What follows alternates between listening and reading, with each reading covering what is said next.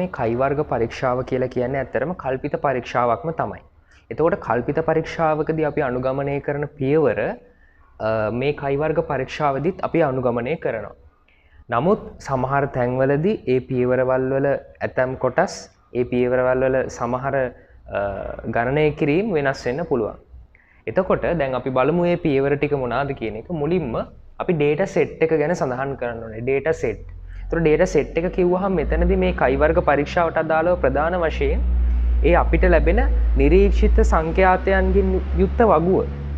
නිරීක්ෂිත සංඛ්‍යාතයන්ගෙන් යුක්ත වගුව තමයි මෙතනදී අපි data set එක කියලා ප්‍රධාන වශයෙන්ම කතා කරන්නේ. ඊට අමතරව ඇල්ෆාගේ වගේ දත්තත් එතනට අපි සඳහන් කරනවා. නමුත් ප්‍රධාන වශයෙන්ම ඒ නිරීක්ෂිත සංඛ්‍යාතයන් ඒ නිරීක්ෂිත අගයන් සහිත වගුව ටෝටල් එකත් එක්ක පල්ලෙහා සහ හරහාට තියෙන ඒ ටෝටල් තීරුත් එක්ක තමයි අපි data set එක විදියට ගන්නෙ. හැබැයි මෙතනදී අපිට දැන් ගානේ ඒ ටේබල් එක දීලා තියෙනවා නම් එතකොට අපිට ආයි මේ අපි ගාන හදද්දී අපි ගාන හදන කොලේ ඒ ටේබල් එක ආයිත් ඇඳෙන්න ඉන්න අවශ්‍ය වෙන්නේ නැහැ. එතකොට ගානෙම ටේබල් එකක් විදිහට නම් දත්ත ටික දීලා තියෙන්නේ. ඇතැම් වෙලාවට පල්ලෙහා සහ ඒ පැත්තේ තියෙන ටෝටල් එක දීලාම ටේබල් එක දෙන්න පුළුවන්. එහෙමනම් කිසිම ප්‍රශ්නයක් නැහැ. සමහර වෙලාවට ටෝටල් තීරු නැතුව ගානේ දෙන්න පුළුවන්. එතකොට අපි කරන්නේ ඒ පල්ලෙහා ටෝටල් තීරුව සහ පැත්තෙන් තියෙන ටෝටල් තීරු දෙක අපි ඒ ගානේ තියෙන කොලේම ඒ පේපර් එකේම අපිට ඒක සම්පූර්ණ කරගන්න පුළුවන්. එතකොට එහෙම වුණාට පස්සේ අපිට නැවතත් ඒක අපේ උත්තර ලියන කොලේ ලියා ගන්න අවශ්‍ය වෙන්නේ නැහැ. හදිසිය හරි ගාන දීලා තියෙන්නේ නිකන් ඡේදයක නම් විස්තර තියෙන්නේ අපිට සිද්ධ වෙනවා ඒ වගුවක් හදාගන්න. එහෙම වුණොත් අපි මෙතනදී ඒ වගුව මේ පළවෙනි පියවර වශයෙන් සම්පූර්ණයෙන් ඒ වගුව ඒ අදාළ data යොදාගෙන හදන්න වෙනවා. ඒ වගේම මෙතනදී කලින් කිව්වා වගේ alpha ගේ අපි සඳහන් කරගන්න ඕනේ. ඊළඟ දෙවෙනි පියවර developing hypothesis. එතකොට මේකේ null and alternative hypothesis හැමතිස්සෙම එකම ස්වරූපයක් ගන්න. ඒතර ඒ ලබා දෙන විචල්යන් වලට අදාළව ඒතර h note අපිට ලියන්න පුළුවන්. ඒ විචල්යන් ස්වාධීනයි. The variables are independent. ඊට පස්සේ h1 the variables are not independent. එහෙම නැත්නම් the variables are dependent. එහෙම නැත්නම් අපි significance difference කියන පැත්තෙන් කිව්වොත් අපිට කියන්න පුළුවන් h note there is no significant difference. ඊට පස්සේ h1 වලට කියන්න පුළුවන් there is significant difference. එතකොට එහෙම අපි hypothesis දෙකක් නිර්මාණය කරගත්තට පස්සේ අපේ තුන්වෙනි පියවර expected frequency and test statistic. අපි කල්පිත පරීක්ෂාවේදී මේ expected frequency කියන කතාවක් අදාළ කරගත්තේ නැහැ. නිකම් අපි test statistic එක ඒ අපේ සූත්‍රයෙන් ගණනය කිරීමක් විදිහට තමයි ගත්තේ. හැබැයි ඒ test statistic එක ගණනය කරන්න කලින් මේ කයි වර්ග පරීක්ෂාවේදී අපිට ඊට කලින් ඒ test statistic එක ගණනය කිරීම සඳහා උදව් වෙන යම්කිසි වගුවක්. එහෙම නැත්නම් අපි කියන expected frequency table එකක්. expected values සහිත ඒ expected frequency table එකක් අපි හදාගන්න ඕනේ.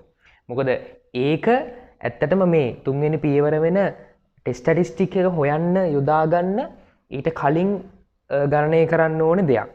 ඒක නැතුව අපිට test statistic එක ගණනය කරන්න බැහැ. නිසා මේ තුන්වෙනි පියවර ඇත්තටම කොටස් දෙකකින් සමන්විත වෙනවා. ඒ තමයි පළවෙනි එක expected frequency table එක. ඒ කියන්නේ ඒ අපේක්ෂිත අගයන් හොයලා අපිට වගුවක් නැවත නිර්මාණය කරගන්න පුළුවන්. ඒ වගේම ඒ අපේක්ෂිත හොයන්න අපි සූත්‍රයක් ඉගෙන ගත්තා. ඒ තමයි EIJ සමානයි RI වැඩි කිරීම JI බෙදීම N. එතකොට ඒ අදාළ තීරුන් වලට අදාළ එහෙම නැත්නම් ඒ අදාළ සෙල්ස් වලට අදාළ EI අගය අපි ගන්නෙ ඒ අදාළ පේලියේ සහ ඒ අදාළ තීරුවේ එකතුන් වැඩි කරලා ඒක සම්පූර්ණ n ගණනින් බෙදලා එතකොට ඒ විදිහට අපි expected frequencies හොයාගෙන ඒක අපි යොදාගෙන තමයි ඊට පස්සේ මේ test statistic එක calculate කරන්නේ. ඒතකොට test statistic එක calculate කරද්දිත් අපි ඒ අපිට ලැබෙන මේ data set එකේ තියෙන එහෙම නැත්නම් මේ paper එකේ දීලා තියෙන නිරීක්ෂිත අගයන් OI අගයන් සහ අපි ගන්න EI අගයන් අපේක්ෂිත අගයන් යොදාගෙන තමයි test statistic එකේ සූත්‍රයේ භාවිතයෙන් අපි ගණනය කරන්නේ. ඒතකොට ඒකටත් අපිට OI EI ඒ වගේම OI ඍණ EI ඒ සම්පූර්ණ එකේ වර්ගය බෙදීම EI ඒ සමස්තය එකතු හොයාගන්න යම්කිසි වගුවක් ආකාරයෙන් නිර්මාණය කරගන්න පුළුවන්. එතකොට ටෙස්ටඩිස්ටික් එක හොයාගත්තට පස්සේ අපිට පුළුවන් ක්‍රිටිකල් වැලියු එක හොයාගන්න යන්න. අපි කියන අවදි අගය. ඒතර අවදි අගය සෙවීම තමයි අපේ හතරවෙනි පියවර. සහ අවදි අගය හෙව්වට පස්සේ රූප සටහන ඒ ප්‍රස්ථාර සටහන ඇඳලා ඒ පරීක්ෂණය සිද්ධ කරන්න පුළුවන්. ඒ පරීක්ෂණය සිද්ධ කරන්න පුළුවන් මේ ටෙස්ට් ස්ටැටිස්ටික් එක සහ අවදි අගය යොදා ගනිමින් සංසන්දනාත්මකව. ඊළඟට අපේ පස්වෙනි පියවර decision rule and decision තීරණ රීතිය සහ තීරණය. ඒකත් කලින් කල්පිත පරීක්ෂා වගේමයි. මෙතනදී තීරණ රීතිය අපි සඳහන් කරනවා. එතකොට ඇත්තටම තීරණ රීතිය එක තීරණ රීතියක් කියන්නේ කල්පිත පරීක්ෂාවේදී වගේ විවිධ තීරණ රීතීන් ගොඩනගන්න අවශ්‍ය වෙන්නේ නැහැ. මොකද කයි වර්ග පරීක්ෂා ව්‍යාප්තිය ධන කුටික ව්‍යාප්තියක්. ඒකේ දකුණු පැත්තේ තමයි ඇල්ෆා ගේ තියෙන්නේ. එතකොට අපිට කියන්න පුළුවන් අපි ගණනය කරපු ටෙස්ට් ස්ටැටිස්ටික් එක අපිට ලැබෙන අවධියගයට වඩා වැඩි වුණොත් H නෝට් එක රිජෙක්ට් කරනවා කියලා. ඒතකොට ඒක තමයි මේ කයි වර්ග පරීක්ෂාවට අදාළව ස්ථාවර ඩිසිෂන් රූල් එක. ඊළඟ ඩිසිෂන් එක අපිට යනුව දෙන්න පුළුවන් ඒ අවදි ප්‍රදේශයේ නම් තියෙන්නේ අපේ ටෙස්ට් ස්ටැටිස්ටික් එක. එහෙම නැත්නම් ඒ අවධියගයට වඩා වැඩි නම් අපිට H නෝට් රිජෙක්ට් කරනවා කියන්න පුළුවන්. අවධියගයට වඩා අඩුයි නම් එහෙම නැත්නම් ප්‍රතික්ෂේපිත නොවන ප්‍රදේශයේ රිජෙක්ෂන් ඒරියා එකේ නෙමෙයි නම් නන් රිජෙක්ෂන් ඒරියා එකේ තියෙනවා නම් අපිට කියන්න පුළුවන් ඒක H නෝට් රිජෙක්ට් කරන්නේ නැහැ. ඒ වගේම අන්තිමට කන්ක්ලූෂන් එක. එතකොට මේ ගානින් අහලා තියෙන දත්තයන්ට අදාළව අපි ලබා දෙන්න ඕනේ මේකේ නිගමනය මොකක්ද කියන එක. එක්කෝ ඒ අදාළ වේරියබල්ස් දෙක ස්වාධීනයි කියලා, එහෙම නැත්නම් ඒ දෙක ස්වාධීන නොවේ කියලා. ඒතර අහන විදිහට අපිට ඒක උත්තර ලබා දෙන්න පුළුවන්. ඉතින් මේ තමයි අපේ කයි වර්ග පරීක්ෂාවට අදාළව අපි යොදා ගන්නා පියවරයන්. එතකොට මේ පියවරයන් සමස්තයක් වශයෙන් කල්පිත පරීක්ෂා අපි කලින් ගණනය කරපු ඒ කල්පිත පරීක්ෂාවන්ට අදාළව යොදා ගන්න පියවරයන් තමයි. යම් යම් තැන්වලදී විශේෂයෙන් මේ වගේ තැනකදී වෙනස් වෙනවා. මෙතනදී මේ ටෙස්ට් ස්ටැටිස්ටික් එක ගන්න මම කලින් කිව්වා වගේ කොටස් දෙකක් අපිට හදන්න වෙනවා මේ ටෙස්ට් ස්ටැටිස්ටික් එක ගන්න. ඉතින් ඒ වගේ එතකොට මේක අපි හොඳටම පැහැදිලි කරගමු මැනුවල් එකේ තියෙන එක්සර්සයිසස් සහ ඒ එක්සාම්පල් ගණන් ආශ්‍රයෙන්. එක්සාම්පල් 12.2 බලමු page number 85. එතකොට මේකේ කියනවා ඉලෙක්ට්‍රික් මෝටර් එකක් තියෙනවා. එතකොට මේ ඉලෙක්ට්‍රික් මෝටර් එක විකුණන ආයතනයට ඒ ඉලෙක්ට්‍රික් මෝටර් එක සම්බන්ධයෙන් කම්ප්ලේන්ස් එනවා. එතකොට මේකේ මොඩල්ස් තුනක් තියෙනවා ABC කියලා. එතකොට මේ ABC කියන මොඩල්ස් සම්බන්ධයෙන් කම්ප්ලේන්ස් එනවා. ඒ වගේම ඒගොල්ලෝ කැටගරයිස් කරලා තියෙනවා මේ කම්ප්ලේන්ස් ඉලෙක්ට්‍රිකල් ඉෂුව එකක් නිසාද, එහෙම නැත්නම් මෙකැනිකල් ඉෂුව එකක් නිසාද, ස්ට්‍රක්චරල් ඉෂුව එකක්ද, එහෙම නැත්නම් වෙනත් යම්කිසි දෝෂයක් නිසාද කියන එක. එතකොට ඒ සම්බන්ධයෙන් මේගොල්ලෝ ඒ ලබාගත් නිරීක්ෂණය කරපු දත්ත වගුවක් ආකාරයෙන් දීලා තියෙනවා. එතකොට මේ වගුවේ මොඩල් එක තියෙනවා වම් අත පැත්තේ සිරස්ව ABC කියලා. ඊට පස්සේ හරස් අතර තියෙනවා මේ දෝෂ කුමන හේතුව නිසා දෝෂ හටගන්නේ ඉලෙක්ට්‍රිකල්, මෙකැනිකල්, ස්ට්‍රක්චරල් අද කියන එක. ඒ වගේම ටෝටල් තීරු දෙකකුත් තියෙනවා. එතකොට අපිට හොයන්න කියන්නේ මේ විචල්්‍ය දෙක අතර. ඒ කියන්නේ මේ මොඩල් එක කියන විචල්්‍යයත් ඩිෆෙක්ටිව් ටයිප් එක, එහෙම නැත්නම් දෝෂ කුමන ආකාරයේ දෝෂයක්ද කියන එක කියන ඒ විචල්්‍ය දෙක එකිනෙකට සම්බන්ධයිද, එහෙම නැත්නම් රිලේෂන්ෂිප් එකක් තියෙනවද, එහෙම නැත්නම් ස්වාධීනද ස්වාධීන නැද්ද කියන එක තමයි හොයන්න කියන්නේ. ඒ වගේම ඇල්ෆා ලෙවල් එක දීලා තියෙනවා 5%යි. ඒතර මේ සඳහා ගත්ත ඔක්කොම එහෙම නැත්නම් n සියලු සාම්පල් එකේ සයිස් එක 322යි කියලත් ඒ ගානේ දීලා තියෙනවා. ඒතර පැහැදිලිවම මේ observed frequencies table එකක් දීලා තියෙනවා. එතකොට දැන් අපේ පළවෙනි පියවර වෙන්න ඕනේ data set එක ලියන එක. data set එක ලියන එක. එතකොට data set එකේදී මං කිව්වා මේගොල්ලෝ දීලා තියෙනවා නම් ඒ observed frequency table එක අපි ඒක නැවතත් මේකේ හදාගන්න අවශ්‍ය වෙන්නේ නැහැ. මොකද ඒ වගුව ඒ දත්ත එක පැහැදිලිවම දීලා තියෙනවා. ඒ වගේම ඊට පස්සේ බලන්න ටෝටල් එක දීලා තියෙනවා. ඔව් ඒ වගුවේ ටෝටල් එකක් දීලා තියෙනවා. ටෝටල් එක දීලා නැත්නම් අපි ඒ වගුවේම ටෝටල් තීරු සකස් කර ගන්න ඕනේ. සමහර අවස්ථාවල යට ටෝටල් එක විතරක් දෙනවා. එතකොට පැත්තේ ටෝටල් එකක් දා ගන්න ඕනේ. කෙසේ හෝ ටෝටල් තීරු දෙකම සඳහන් කර ගන්න ඕනේ. එතකොට මේ ප්‍රශ්නයට අදාළව ඔබ්සර්ව්ඩ් ෆ්‍රීකවන්සි ටේබල් එක පැහැදිලිවම ටෝටල් සහිතව දීලා තියෙනවා. ඒතර ඒ නිසා අපි ඒක නැවතත් මෙතන ලියා ගන්න අවශ්‍ය වෙන්නේ නැහැ. ඊළඟට ඊට අමතරව මේකේ දීලා තියෙන ඇල්ෆා ගයන් අපි ලියා ගමු. ඒතර ඩේටා සෙට් එක විදිහට මෙතන අපිට ඇල්ෆා 100%යි කියලා දීලා තියෙනවා. ඒ කියන්නේ 0.05යි. ඒ වගේම ඒ ගාන ඇතුලේ N322යි කියලත් ඒකත් අපිට ලියා ගන්න පුළුවන්. මොකද ඒ n කියන එකත් ඇත්තටම වගුවේ තියෙනවා සම්පූර්ණ ටෝටල් එක විදිහට. ඒකත් අපි කොයිකටත් ලියා ගන්නවා. රයිට්. එතකොට data set එක හරි. දෙවෙනියට අපි කරන්නේ hypothesis එක ගොඩනගන එක. developing hypothesis. අපි කියනවා developing hypothesis. එතකොට මේකෙදි අනිවාර්යෙන්ම h note එකට අපි දාන්නේ මේ දෙක independent variables දෙක independent h1 එකට අපි දානවා variables දෙක independent නෑ කියලා. ඒතකොට h note එකට අපිට කියන්න පුළුවන් model type and defective type are independent. අපි සිංහලෙන් ලියුවොත් අපිට කියන්න පුළුවන් මේ වර්ගය සහ දෝෂ ස්වභාවය ස්වාධීන වේ. ඒක තමයි h note. ඒතර h1 එකට අපි දානවා model type and defective type are dependent. වර්ගය සහ දෝෂ ස්වභාවය පරායත්ත වේ. හරි සරලව අපිට h note සහ h1 එතනදී ගොඩනගා ගන්න පුළුවන්. ඒතර පළවෙනි පියවර දෙක හරි. ඒතර තුන්වෙනි පියවර තමයි අපේ ප්‍රධාන වශයෙන්ම තුන්වෙනි පියවර ටෙස්ට් ස්ටැටිස්ටික් එක. නමුත් අර එතනදී අපි ඊට කලින් expected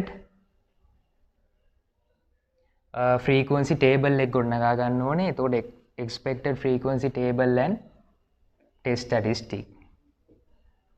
statistic right. එතකොට ඒකෙත් අපි මුලින්ම මේ expected frequency table එක ගොඩනගා ගන්නවා. එතකොට expected frequency table එක කියන්නේ ඇත්තටම අපිට table එකක් විදිහට ඒක ගොඩනගා ගන්න පුළුවන්. ඒ table එකට අදාළ අගයන් හොයන්න අපිට සූත්‍රයක් තියෙනවා. ඒ සූත්‍රයෙන් ඊට අදාළ අගයන් අපි සොයා ගන්න ඕනේ.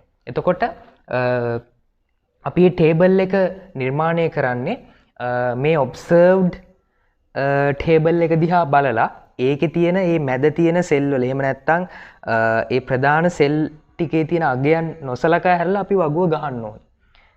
ඒ කියන්නේ මේ විදිහට. එතකොට මොඩල් එක ABC. එතකොට මේ පැත්තේ තියෙනවා type එක, දෝෂ ස්වභාවය electricalද, mechanicalද, structuralද, other සහ total එක. එතකොට මෙතනත් යට total එක. දැන් මේ වගුවේ අපි මුලින්ම ඒ දීලා තියෙන total ටික දාගමු එහෙමම. ඒ කියන්නේ මෙතන electrical 79යි, mechanical 70යි, structural 127යි, other 46යි, full total එක 322යි. මෙන්න මේ විදිහට තමයි වගුව අපිට එන්නේ. මේ පල්ලෙහාට තියෙන total දාගන්නත් ඕනේ. ඒ වගේම පැත්තට තියෙන total එක දාගන්නත් ඕනේ. ඒතර පැත්තේ තියෙන total එක මෙතන 92යි. මෙතන 105යි, B වල 105යි, C වල 125යි. ඔන්න අපේ වගුව. එතකොට දැන් මෙතන මෙන්න මේ ඇතුලේ තියෙන කොටු ටික තමයි ෆිල් කරන්න යන්නේ. ඇතුලේ තියෙන කොටු ටික. මේ ඇතුලේ තියෙන කොටු ටිකට අපි observed values නෙමෙයි දාන්නේ, expected values. ඒක තමයි expected frequency table එක කියලා කියන්නේ. ඒතර අපි කොහොමද මේ expected frequency table එකට අදාළ ඒ cells වලට අදාළ values ගන්න? අපි කතා කරා එක කලින් වීඩියෝ එකෙත් ඒකට තියෙන සූත්‍රයක්. එතකොට මේ සූත්‍රය යොදාගෙන තමයි අපි ඒකට අගයන් ආදේශ කරන්නේ. ඒතර අපිට තියෙන සූත්‍රය තමයි EIJ සමානයි RI වැඩි කිරීම CJ යට n. EIJ සමානයි RI වැඩි කිරීම CJ යට n. RI කියන්නේ මොකද්ද? RI කියන්නේ ඒ අදාළ පේලියේ. ඒ අදාළ පේලියේ එකතුව. හරහට තියෙන ඒවා තමයි පේලියේ අදාළ පේලියේ එකතුව. CJ කියන්නේ ඒ අදාළ තීරුවේ එකතුව, පල්ලෙහාට තියෙන එකතුව. N කියන්නේ මුළු ඒකක සංඛ්‍යාව. right. එතකොට මේ හැම සෙල් එකක්ම අපි මේ සූත්‍රය භාවිතයෙන් ෆිල් කරන්න ඕනේ. එතකොට අපි ගත්තොත් මේ පළවෙනි සෙල් එකට එන අගය, එතකොට පළවෙනි සෙල් එකට අදාළ පේලියේ එකතුව 92යි, ඒකේ තීරුවේ එකතුව 79යි, මුළු n ගාන 322යි. පැහැදිලිද? එතකොට මේකෙන් තමයි මෙතනට අපි ආන්සර් එක ගන්නෙ. ඊළඟට අපි තව උදාහරණයක් ගත්තොත් එතකොට මේ අපි E11, එතකොට E12 මෙතන දෙවෙනි එක අපි යන්නේ මෙහෙම හැමතිස්සෙම. මේකේ හෙව්වා ඊළඟට මේකට යනවා. එතකොට ඒකේ රෝ එකට අදාළව 92යි, කොලම් එකට අදාළව 70යි. බෙදීම 322. තුන්වෙනියට අපි යනවා මෙතනට. එතකොට ඒකේ අපි කියන්න පුළුවන් E13 පළවෙනි රෝ එකේ තුන්වෙනි කොලම් එකට අදාළ සෙල් එක. ඒකේ රෝ ටෝටල් එක 92මයි, කොලම් ටෝටල් එක මේ පල්ලෙහා තියෙන 127. ඒක බෙදනවා 322කින්. ඔය ආදී වශයෙන් අපි මේ හැම සෙල් එකක්ම මේ සූත්‍රය ආශ්‍රයෙන් පුරව ගන්න ඕනේ. එතකොට දැන් මේකේ අපි දැන් මෙතන සෙල් තියෙනවා 12ක්. ඒතර මේ හැම එකටම මේ විදිහට අපි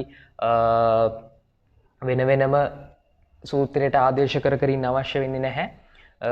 එකක් දෙකක් විතරක් හදන විදිහ පෙන්වුවාම එතකොට ඒ අනුව අපිට ඉතිරි ටික හදන්න පුළුවන්. එතකොට කැල්කියුලේටර් එක භාවිතා කරලා අපිට පුළුවන් මේ හැම එකක්ම සුළු කරගෙන යන්න. මෙතනදී විශේෂම දේ ඒ සෙල් එකට අදාළව හරි පේලියේ එකතුව සහ තීරුව එකතුව කියන දේ තමයි මෙතනදී සැලකිලිමත් වෙන්නේ. එතකොට යට බෙදන්නේ හැමදෙස්සම එකම අගයකින්. සම්පූර්ණ n අගයෙන්. එතකොට ඒ විදිහට අපි මේක ගණනය කරගත්තට පස්සේ අපිට ලැබෙනවා අගයන් කිහිපයක්. එතකොට මේ අගයන් ටික තමයි මෙතන 22යි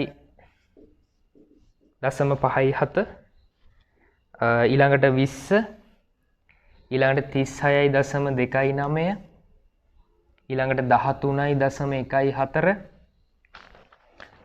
ඊට පස්සේ අපිට ලැබෙනවා 25යි 0.76, 22යි 0.83, 41යි 0.41, 15, 30යි 0.67, 27යි 0.17, 49යි 0.3 සහ 17යි 0.86. එතකොට මේ ගත්ත අගයන් මෙහෙම එකතු කරාම ඒ අදාළ එකතුන් එන්නම ඕනේ. එකතුන් වෙනස් වෙන්න බෑ. දැන් මේ 22.57, 20, 36.29, 13.14 කියන මේ හතර හරහාට එකතු කරාම 92 එන්න ඕනේ. 22.57, 25.76, 30.67 කියන තුන එකතු කරාම 79 එන්න ඕනේ. ඔය ආදි වශයෙන් මේ පේලිවල සහ තීරුවල ඒ තියෙන එකතුන් නොවෙනස්ව ලැබෙන්න ඕනේ. ඒතර මේ අපි ගණනය කරගත්තේ ඒ EI අගයන්. එතකොට මේ වගුව තමයි අපේ expected frequency table එක. ඒතර මේ ටික අපිට ඕනේ වෙනවා ටෙස්ට් ස්ටැටිස්ටික් එක හොයන්න. ඒ වගේම මේවා ගණනය කරද්දී සැලකිලිමත් වෙන්න සමහර වෙලාවට දශම ස්ථාන වටේල ගන්න නිසා, සාමාන්‍ය දශම ස්ථාන දෙකකට විතර වටේල ගන්න නිසා මේ එකතුව වෙනස් වෙන්න පුළුවන්. ඒතකොට ඒ වගේ අවස්ථාවලදී ඒ තියෙන එක ඉලක්කමක හෝ දෙකක දශම ස්ථානය ගලපලා ගන්න. අපි උදාහරණයක් ගත්තොත් දැන් මෙතන අපිට ආවේ 2. අපි හිතමු 2.81.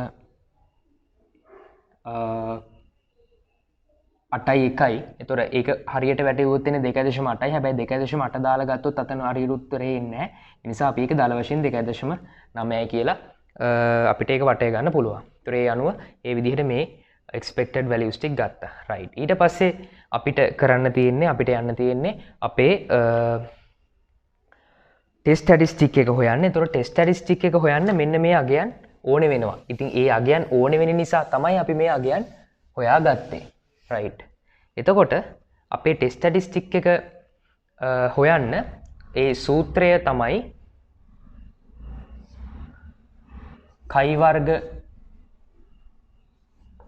කැල් සමානයි OI ඍණ EI ඒකේ වර්ගය බෙදීම EI මේ සම්පූර්ණ එකේ සිග්මා.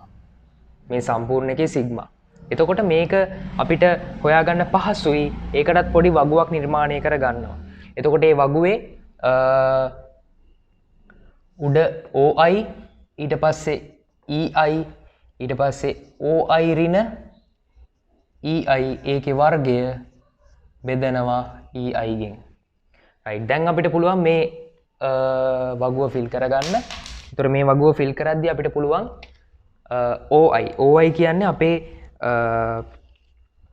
අපි මුලින්ම ගත්ත නිරීක්ෂිත වගුව. ඒ කියන්නේ මේ ගාණි දෙන වගුවේ අදාළ අගයන් ටික පිළිවෙලට දාගන්න ඕනේ. ඒතර මේ අගයන් දාද්දී දැන් අපි හිතමු මේක නම් OI observed value තියෙන වගුව හැමතිස්සෙම මෙන්න මේ ආකාරයට. මෙතනින් පටන් අරන් එක තීරුවෙන් තීරුව ඉවර කරගෙන යන්න. මෙතනින් පටන් අරන් මේ පැත්තට යනවා. ඊට පස්සේ ආයි මෙතනින් පටන් ගන්න මේ විදිහට තමයි values ටික දාන්නේ. මොකද ඊට පස්සේ expected table එකේ තියෙන values ටිකත් ඒ විදිහටම දැම්මම මේ හරි OI ට අදාළ EI තමයි එන්නේ. නැත්තම් පැටලෙන්න පුළුවන්. right එතකොට අපේ ගානේ තියෙනවා OI වගුව. එහෙම නැත්නම් observed values තියෙන වගුව. ඒකෙන් අපි ඒකට අදාළ අගයන් ටික දාගත්තොත් එතකොට 16 18 43 15 28 35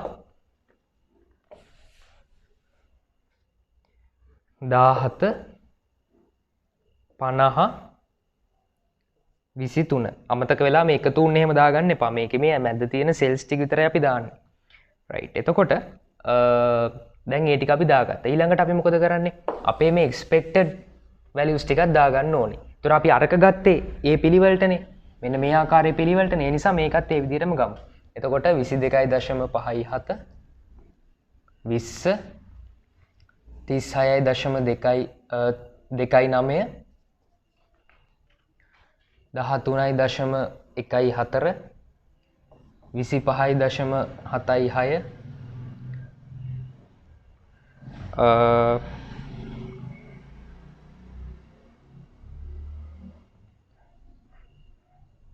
22 අපිට මේකේ 16 18 43 15 28 35 මෙතන අපිට ටිකක් මිස් වුණා 35 34 8 35 17 50 23 right එතකොට මේ අදාළ අගයන් අපි දැන් මෙතන 22.83 ඊට පස්සේ 41.41 15 30.67 27.17 49.3 17.86 right දැන් අපි EI තීරුවත් හදාගත්තා. ඒ වගේම OI තීරුවත් කලින්ම හදාගත්තා. දැන් මේ දෙක යොදාගෙන මේ තීරු දෙක යොදාගෙන අපිට මේ ගණනය කිරීම කරන්න පුළුවන්. එතකොට ඒක අපි කරන්නේ අපි කැල් එකේ ඒක කෙලිම ගහන්න පුළුවන් 16න් 22.57ක් අඩු කරනවා වරහන් ඇතුලේ ඒක වර්ග කරනවා බෙදනවා නැවත 22.57. එතකොට ඒක උදාහරණයක් විදිහට ලියාගත්තොත් මෙතන අගේ වෙන්නේ 16 ඍණ 22.57 ඒකේ වර්ගය බෙදීම 22.57 22.57. එතකොට මෙන්න මේ විදිහට තමයි අපි මේ හැම අගයකම මේ OI ඍණ EI වර්ගය බෙදීම EI කියන අගය හොයාගන්න. එතකොට අපිට කැල් එකෙන් මේ හැම එකක්ම සුළු කරගන්න පුළුවන්. ඒ සුළු කරගත්තාම අපිට ලැබෙන අගයන් ඒ තීරුවේ සම්පූර්ණ කරගන්න පුළුවන්. ඒතර අපිට ලැබෙනවා 1.9යි 1.2 0.2 1.2යි 4යි 1 0.2යි 6යි 3 0.1යි 9යි 5 6.4යි 8යි 7 1.3යි 2යි 6 3.2යි 6යි 7 0.6යි 1යි 1 3.8යි 0යි 7 0.0යි 0යි 9 1.4යි 7යි 9 right දැන් මෙන්න මේ ටිකේ එකතුව අපි ගන්නවා මේ ටිකේ එකතුව කැල්ලකේ සුළු කරලා මේ ටිකේ එකතුව අපි ගන්න. ඒතර අපිට එනවා 20.797ක්. ඒතර මේ ටිකේ එකතුව කියන්නේ මොකද්ද? අපි ඒක ප්‍රකාශනාත්මකව ලියුවොත් සංකේතාත්මකව OI ඍණ EI ඒ සම්පූර්ණකේ වර්ගය බෙදීම EI මෙන්න මේකේ සිග්මා කියන එක තමයි මේකෙන් අදහස් වෙන්නේ. මේ ටික එකතුව. ඇත්තරම මේක තමයි අපි හොයන්නේ. මේක තමයි අපේ ටෙස්ට් ස්ටැටිස්ටික් එක. නේ? ඒක තමයි අපේ ටෙස්ට් ස්ටැටිස්ටික් එක. අපේ ටෙස්ට් ස්ටැටිස්ටික් එක වෙන්නේ කයි වර්ග කැල් සමානයි OI ඍණ EI ඒ සම්පූර්ණකේ වර්ගය යට EI මේ සම්පූර්ණකේම සිග්මා. ඒක තමයි මේ අපි වගුවෙන් හෙව්වේ. OI EI යොදාගෙන ඒක තමයි හෙව්වේ. එතකොට ටෙස්ට් ස්ටැටිස්ටික් එක එනවා 20.797ක්. 20.797ක්. මේක තමයි අපේ හොයාගන්න ටෙස්ට් ස්ටැටිස්ටික් එක. රයිට්. ඊට පස්සේ අපි මොකද කරන්නේ? දැන් අපි ටෙස්ට් ස්ටැටිස්ටික් එක හොයාගත්තා. ඊළඟට අපි යනවා ක්‍රිටිකල් වැලියු එක හොයන්න. Critical value and testing. Critical value and testing. මොකද අපේ ටෙස්ට් එක කරන්න ටෙස්ට් ස්ටැටිස්ටික් එක වගේම ක්‍රිටිකල් වැලියු එක ඕනේ. මේ දෙක සංසන්දනය කළා තමයි අපි රිජෙක්ට් වෙනවද රිජෙක්ට් වෙන්නේ නැද්ද කියන ඒ තීරණයට යන්නේ. රයිට්. ඒතර අපි ඊළඟ පියවර විදිහට ලියනවා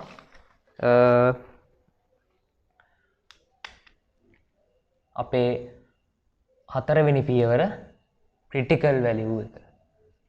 critical value and testing. Critical value and testing. Right.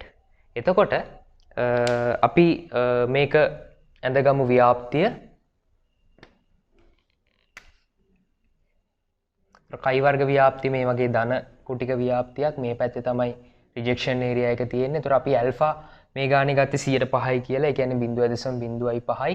ඒ කියන්නේ මෙන්න මේ ප්‍රදේශයේ 0.05යි.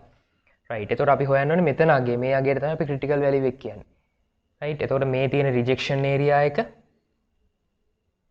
මේ රිජෙක්ෂන් ඒරියා එක මේක non rejection. නැත්නම් අපි කියනවා accepting area කියලා. පිළිගැනුම් ප්‍රදේශය කියලා කියනවා. රයිට්. එතකොට මෙන්න මෙතන අගයට අදාළව අපි හොයාගන්නේ කයි වර්ග alpha df මෙන්න මේක තමයි අවදි අගය. يعني මේ ක්‍රිටිකල් වැලියු එක කියලා අපි ගන්න මෙන්න මේක. කයි වර්ග alpha සහ df කියන ඒ අගය. එතකොට අපි මේකෙදි alpha දන්නවා df හොයාගෙන ඉන්න ඕනේ. එතකොට මෙතනට යන්න කලින් අපි df හොයා ගන්න ඕනේ. එතකොට මේ කයි වර්ග පරීක්ෂාවට අදාළ df හොයන්නේ r ඍණ 1 c ඍණ 1. r ඍණ 1 වැඩි කිරීම c ඍණ 1. r කියන්නේ ඒ අපේ contingency table එකේ තියෙන පේලි ගාන, rows ගාන. c කියන්නේ columns ගාන. එතකොට මේ වගුවේ අපිට පේලි තියෙනවා 3ක්. ABC කියන මොඩුලස් තුනට අදාළව පේලි 3ක් තියෙනවා. ඒ වගේම තීරු columns තියෙනවා 4ක්. electrical, mechanical, structural other කියන columns 4 තියෙනවා. ඒතර මෙතන 4 ඍණ 1. විශේෂයෙන් මතක තියාගන්න වැදගත්ම දේ මේ පේලි ගාන තීරු ගාන ගන්නදී total තීරු ගන්න එපා. ඒ වගේම මේක expected frequency table එකෙන් හරි observed frequency table එකෙන් හරි ගන්න පුළුවන්. මොකද දෙකේම තියෙන එකම පේලි සහ තීරු. right. එතකොට අපිට මෙතන උත්තරේ ලැබෙනවා මෙතන 2යි මෙතන 3යි df 6යි. එහෙනම් අපි ඇත්තටම හොයන්න ඕනේ මෙතන අපි දාන්න ඕනේ මේ අවස්ථාවේදී alpha කියන්නේ 0.05 df කියන්නේ 6. එතකොට 0.05ත් 6ක් වෙච්ච df ට අදාළව තමයි අපි හොයන්න ඕනේ කයි වර්ග අගය වගුව බලලා. එතකොට වගුවේ alpha 0.05ත් df 6ත් කියන ඒ තීරුවට ගියාම අපිට ලැබෙනවා කයි වර්ග අගය 12.592ක්. අපිට ලැබෙනවා 12.592ක්. එතකොට ඒක තමයි මෙතන ක්‍රිටිකල් වැලියු එක වෙන්නේ. ක්‍රිටිකල් වැලියු එක වෙන්නේ 12.592යි. රයිට්. දැන් අපි ටෙස්ට් එක කරනවා. රයිට්. අපිට ආපු ටෙස්ට් ස්ටැටිස්ටික් එක මෙතන තියෙනවා 20.797යි. ක්‍රිටිකල් වැලියු එක 12.592. එතකොට මේ 20.79 හද තියෙන්නේ මෙතනට වඩා එහයි. මොකද ඒක මීට වඩා වැඩිනේ. ඒ නිසා අපිට මෙන්න මේ හරියේ ඒක ලකුණු කරන්න පුළුවන්. එතකොට මෙතන ලැබෙන අගය 20.797. මේ තියෙන්නේ මෙතන අගය. මේ මෙතන අගය. රයිට්. එතකොට අපිට බැලුමට මේ කියන්න පුළුවන් රිජෙක්ට් වෙනවා කියලා. මොකද රිජෙක්ෂන් ඒරියා එකේ තියෙන්නේ. ඉතින් දැන් අපි ඩිසිෂන් රූල් එක ලියලා අපේ ඩිසිෂන් එක ලියමු. ඒතර පස්වෙනි පියවර decision rule and decision. Right. එතකොට decision rule එක වෙන්නේ මොකද්ද? decision rule එක වෙන්නේ decision rule එක තමයි reject h not. reject h not if. reject h not if මොකද්ද? chi වර්ග කැල් වැඩි chi වර්ග alpha df. මේක තමයි මේ පොදු තීරණ රීතිය මේ chi වර්ග පරීක්ෂාවේදී. අපි ගණනය කරපු chi අගය වැඩි වුණොත් ඒ chi අගයට අදාළ අවධි අගයට වඩා අපි රිජෙක්ට් කරනවා. ටෙස්ට් ස්ටැටිස්ටික් එක වැඩි වුණොත් මේ අවධි අගයට වඩා රිජෙක්ට් කරනවා. රයිට්. ඒක තමයි අපේ ඩිසිෂන් රූල් එක. රයිට්. අපිට පුළුවන් දැන් ඩිසිෂන් එක ලියන්න. ඩිසිෂන් එක ලියන්න. මොකද්ද ඒතර ඩිසිෂන් එක? ඩිසිෂන් එක තමයි reject h not. අපිට කියන්න පුළුවන් reject h not. අපි ලියනවා decision එක reject h not. ඇයි? because chi වර්ග කැල් අගය 20.797 වැඩි chi වර්ග alpha df. ඒ කියන්නේ 12.592ට වඩා 12.592ට වඩා 20.797 වැඩි. ඒ නිසා මේක රිජෙක්ට් කරනවා. රයිට්. දැන් අපේ අවසාන පියවරට යන්න පුළුවන් කන්ක්ලූෂන් එකට. එතකොට දැන් අපි h not රිජෙක්ට් කරලා තියෙන්නේ. ඒ කියන්නේ මොකද්ද අපි වෙනවා කියලා හිතන්නේ? h1 තමයි වෙනවා කියලා හිතන්න. ඒතර h1 එකෙන් අපි කිව්වේ මේ වේරියබල් දෙක ඩිපෙන්ඩන්ට් කියලා. රයිට්. ඒතර අපිට කන්ක්ලූෂන් එක ලියන්න පුළුවන් model type. අපි ලියනවා model type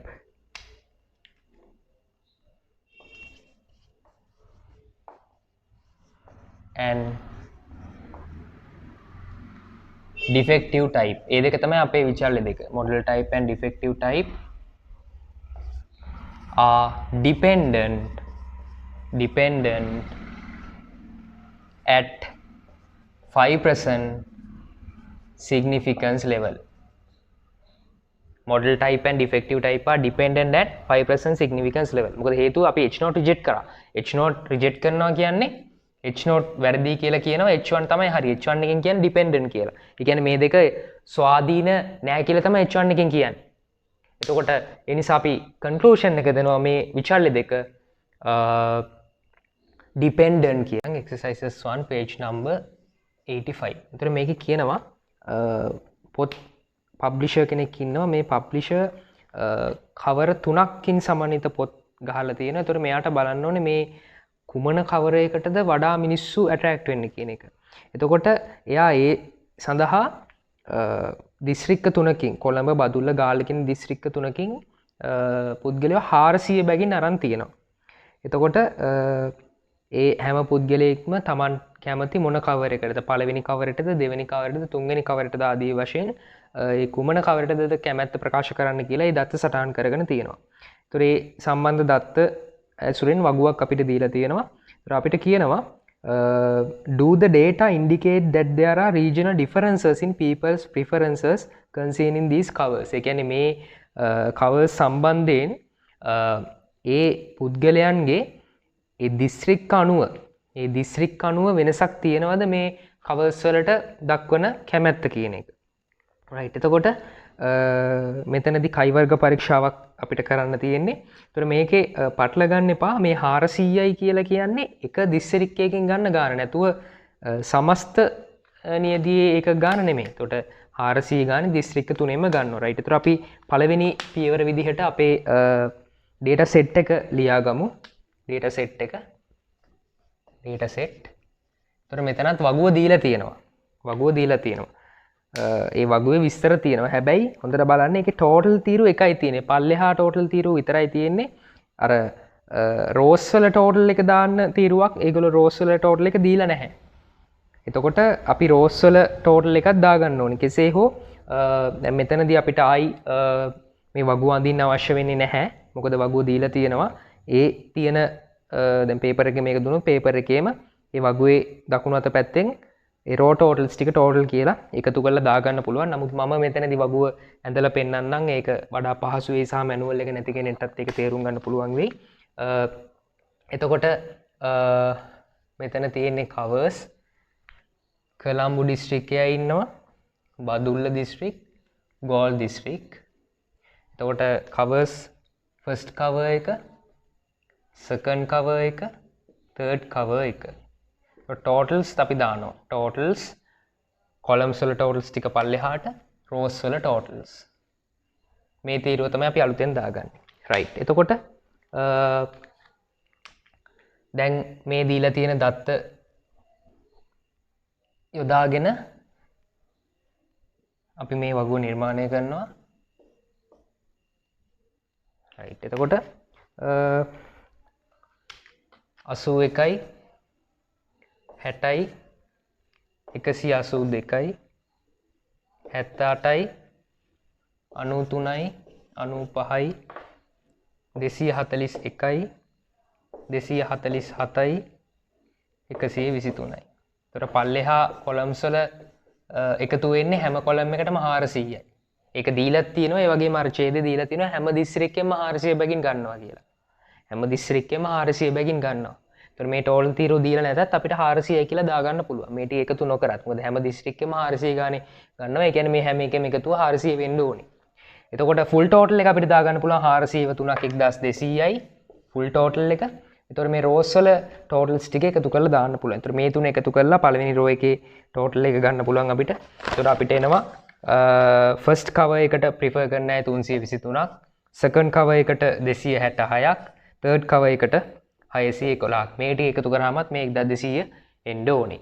1200 එන්න ඕනේ. රයිට්. එතකොට මේ තමයි අපේ ඔබ්සර්වේෂන් ෆ්‍රීකවන්සි ටේබල් එක. සහ මෙතන අපිට ලියා ගන්න පුළුවන් ඇල්ෆාගේ. ඒගොල්ලෝ කියනවා use 0.05 and 0.01 levels. ඒ කියන්නේ දෙකම එකපාර යොදා ගන්න බෑ. ඒ කියන්නේ 0.05ක් වෙන අවස්ථාවේදී මොන වගේ පරීක්ෂණය කරලා ඒකේ ප්‍රතිඵලය සහ 0.01 අවස්ථාවේදී. ඒතොර ඇත්තටම අපි මේ ස්ටෙප්ස් ටික එකම ස්ටෙප්ස් ටික යන්නේ නිසා මේක වෙනස් වෙන්නේ. අපිට වෙන වෙනම හදන්න අවශ්‍ය වෙන්නේ නැහැ ගාන. මේ ඇල්ෆා ගෑම් දෙකටම එකම පියවර ඇතුලේ හදන්න පුළුවන්. වෙනස් වෙන්නේ අර හතරවෙනි පියවර ක්‍රිටිකල් වැලියු එක ගන්න තැන තමයි වෙනස් වෙන්නේ. ඒතකොට එතනදී අපි 0.05ට අදාළව ක්‍රිටිකල් වැලියු එක වෙනම අරගෙන ඒ පරීක්ෂාව කළා ඒ මට්ටමේදී කොහොමද කියලා කියන්න පුළුවන්. ඒ වගේම 0.01ට අදාළ ක්‍රිටිකල් වැලියු එක වෙනම අරගෙන ඒ අවස්ථාවේදී පරීක්ෂණය කළා ඒකේ ප්‍රතිඵලය කියන්න පුළුවන්. ටෙස්ට් ස්ටැටිස්ටික් එක වෙනස් වෙන්නේ නැහැ. මොකද ටෙස්ට් ස්ටැටිස්ටික් එක ගන්න කරන අපි ඇල්ෆා අගේ යොදා ගන්න නෑනේ. අපි ඇල්ෆා අගේ යොදාගෙන ක්‍රිටිකල් වැලියු එක ගණනය කරද්දී විතරයි. සාමාන්‍යයෙන් විභාගෙදී මෙහෙම අවස්ථා දෙකකටම හදන්න කියන්නේ නැහැ. බොහෝ විට එක ඇල්ෆා මට්ටමක් යටතේ තමයි හදන්න කියන්නේ. රයිට්. ඒතර අපි ඇල්ෆා මට්ටම ලියාගමු 0.05. මේකටත් අපි හදමු. ඒ වගේම 0.01කටත් හදමු. එතකොට ඔක්කොම 1200යි. රයිට්. ඔය ටික තමයි අපිට තියෙන ප්‍රධාන ඩේටා ටික. ඒතර මේ වගුව මම ආයි කියන වගුව අපි ආයි නිර්මාණය කරගන්න අවශ්‍ය වෙන්නේ නැහැ. වෙනම ලියා ගන්න අවශ්‍ය නැහැ. පේපර් එකේ දීලා තියෙන නිසා. මේ ටෝටල්ස් ටික පේපර් එකේම අපිට සම්බන්ධ කරගන්න පුළුවන්. මේක වැරද්දක් නැහැ. නමුත් අර කාලය ඉතුරු කරගන්න අපිට පුළුවන් මේ වගුව ආයි නිර්මාණය නොකරගෙන ඉන්න. රයිට්. දෙවෙනි ස්ටෙප් එක දෙවෙනි පියවර ඒ තමයි hypothesis. developing hypothesis. hypothesis දෙක අපි ලියනවා. එතකොට h note සහ h1. h note එකෙන් කියන්නේ ඒ අදාළ variables independent. h1 එකෙන් කියන්නේ independent නැහැ. ඒතර අපිට කියන්න පුළුවන් preference cover and region are independent. Preferred cover කියමු. Preferred cover and region are independent. අපි සිංහලෙන් ලියනවා ඒ කැමති cover එක සහ දිස්ත්‍රික්කය කියන විචල්්‍ය දෙක ස්වාධීනයි. තොර H1ට එන්නේ අනිත් පැත්ත preferred cover and region are dependent. ඒ ප්‍රදේශය සහ එම නැත්නම් දිස්ත්‍රික්කය සහ කැමැත්ත දක්වන cover එක කියන විචල්්‍ය දෙක ස්වාධීන නොවේ. එම නැත්නම් පරායත්ත වේ. ස්වාධීන නොවේ කියන්නත් පුළුවන්. not independent කියන්නත් පුළුවන්. ඒතර මේක අපි අර significance පැත්තෙන් ලියනවා නම් there is no significant difference between preferred cover and region. ඒතර මෙතන ලියන්න පුළුවන් there is no significant difference between preferred cover and region. ඒතර අපි මෙහෙම සරලව ලියාගමු මේ දෙක independent වෙන independent H0 independent නැහැ H1 right. ඒතර තුන්වෙනි පියවර අපේ දිගම පියවර expected frequency table එක සහ ඒ ආශ්‍රයෙන් test statistic එක හොයන එක. ඒතර තුන්වෙනි පියවර එතන කොටස් දෙකක් තියෙනවා. ඒතර තුන්වෙනි පියවරට විදිහට අපි ලියන්න පුළුවන් expected frequency table and test statistic right. ඒතර expected frequency table එක අපි නිර්මාණය කරගන්න ඕනේ අර ටේබල් එකම තමයි මැද තියෙන ඒ අදාළ අගයන් නිරීක්ෂිත අගයන් නැතුව totals අගයන් සහිතව. එතකොට මෙතන තියෙනවා cover එක first cover second third යට total එක මේ පැත්තේ තියෙන්නේ ඒ region එක district එක කොළඹ ඊට පස්සේ බදුල්ල ගෝල් මෙතන total එක right. එතකොට totals ටික අපි දාගමු. ඒවා වෙනස් වෙන්නේ නැහැ නේ 400යි මුළු total එක 1200යි. අපි මේවත් හොයාගත්ත 323යි 266යි 611යි. ඔහොම තමයි අපේ වගුව සමන්විත වෙන්නේ.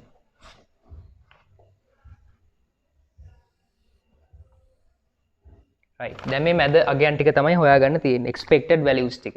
ඒතර expected values අපි හොයන්නේ සූත්‍රය යොදාගෙන ඒ තමයි EIJ සමානයි RI වැඩි කිරීම RI වැඩි කිරීම CJ බෙදීම n.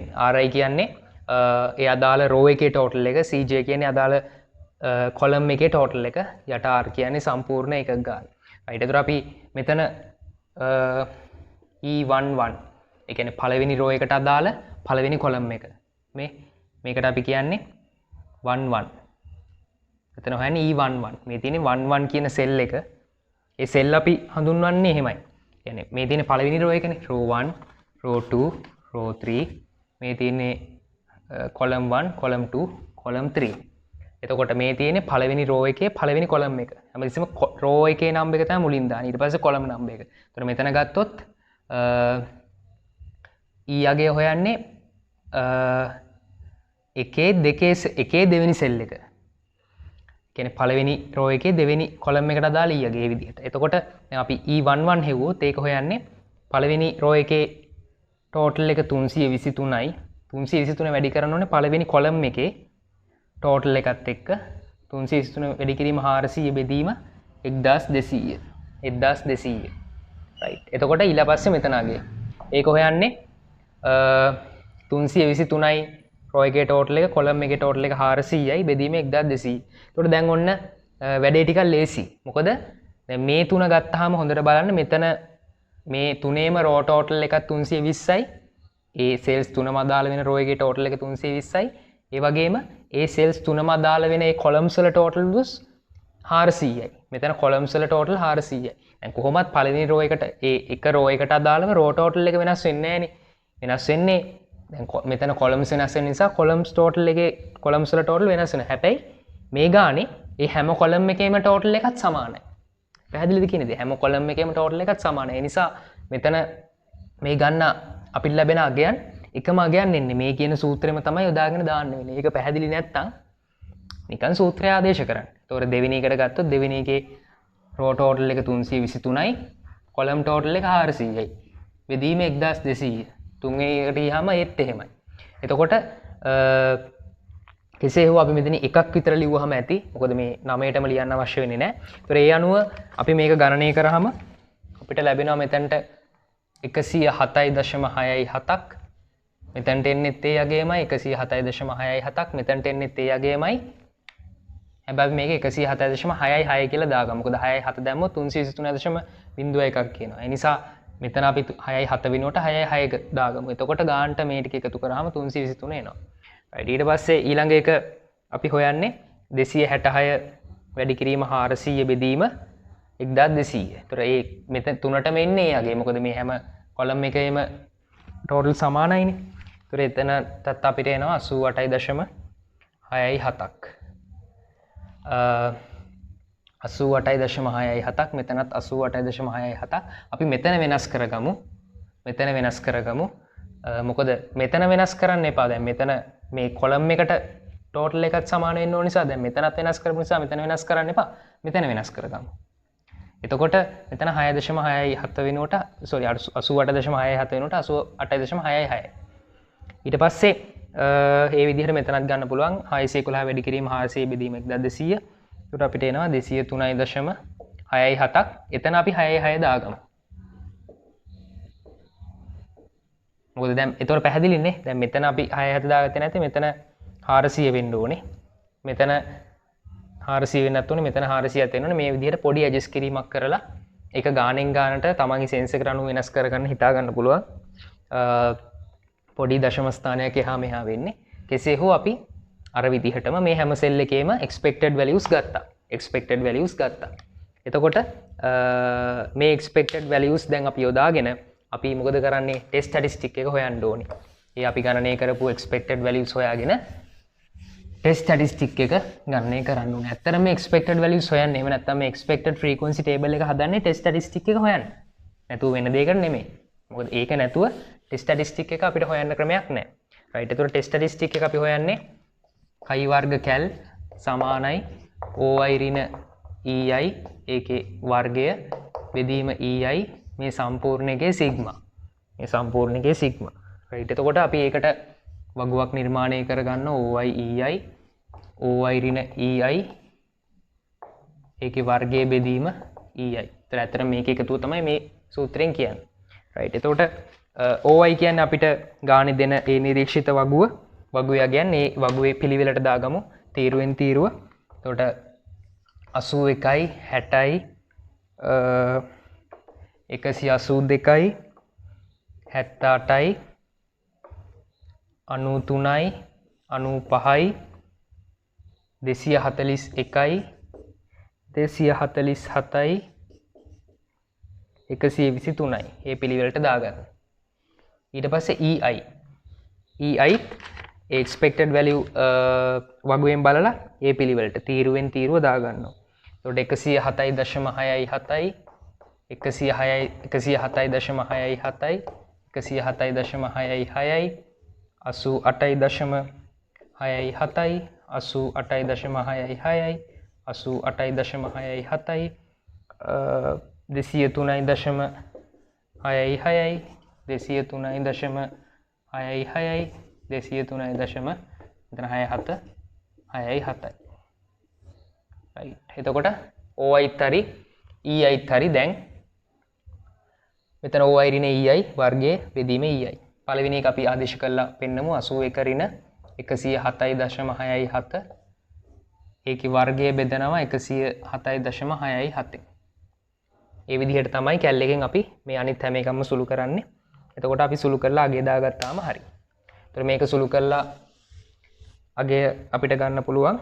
ඒතර අපිට එනවා 6.6.06 6.6.06යි ඊට පස්සේ 21.1.5යි 51.3.2යි 1.2.8.4යි 0.2.1.4යි 0.2.1.2යි 0.45 2යි 6.8යි 4යි 6යි 9.2යි 1යි 8යි 31.9යි 5යි 2යි. තොර මේ ටික එකතුව තමයි ගන්න ඕනේ. මේ ටික එකතුව ඒ ටික එකතු කරාම අපිට ලැබෙනවා 129.007ක්. 129.007ක්. මේකේ මේ දශම ස්ථානේ හාට මෙහාට වෙන්න පුළුවන්. මොකද අපි මේ වටේන ආකාරය අනුව. තල වශයෙන් අපිට 129.007ක් අගයක් ලැබෙනවා. ටෙස්ට් ස්ටැටිස්ටික් එක විදිහට. ටෙස්ට් ස්ටැටිස්ටික් එක විදිහට. ඒතර මේක තමයි සිග්මා OI ඍණ EI. මේකේ වර්ගයේ බෙදීම EI. මේ අගේ තමයි මෙතන මේ හොයන්නේ. ඒක තමයි මේ අගේ. ඒතොර 129.007යි. මේක තමයි අපේ ටෙස්ට් ස්ටැටිස්ටික් එක. ටෙස්ට් ස්ටැටිස්ටික් එක.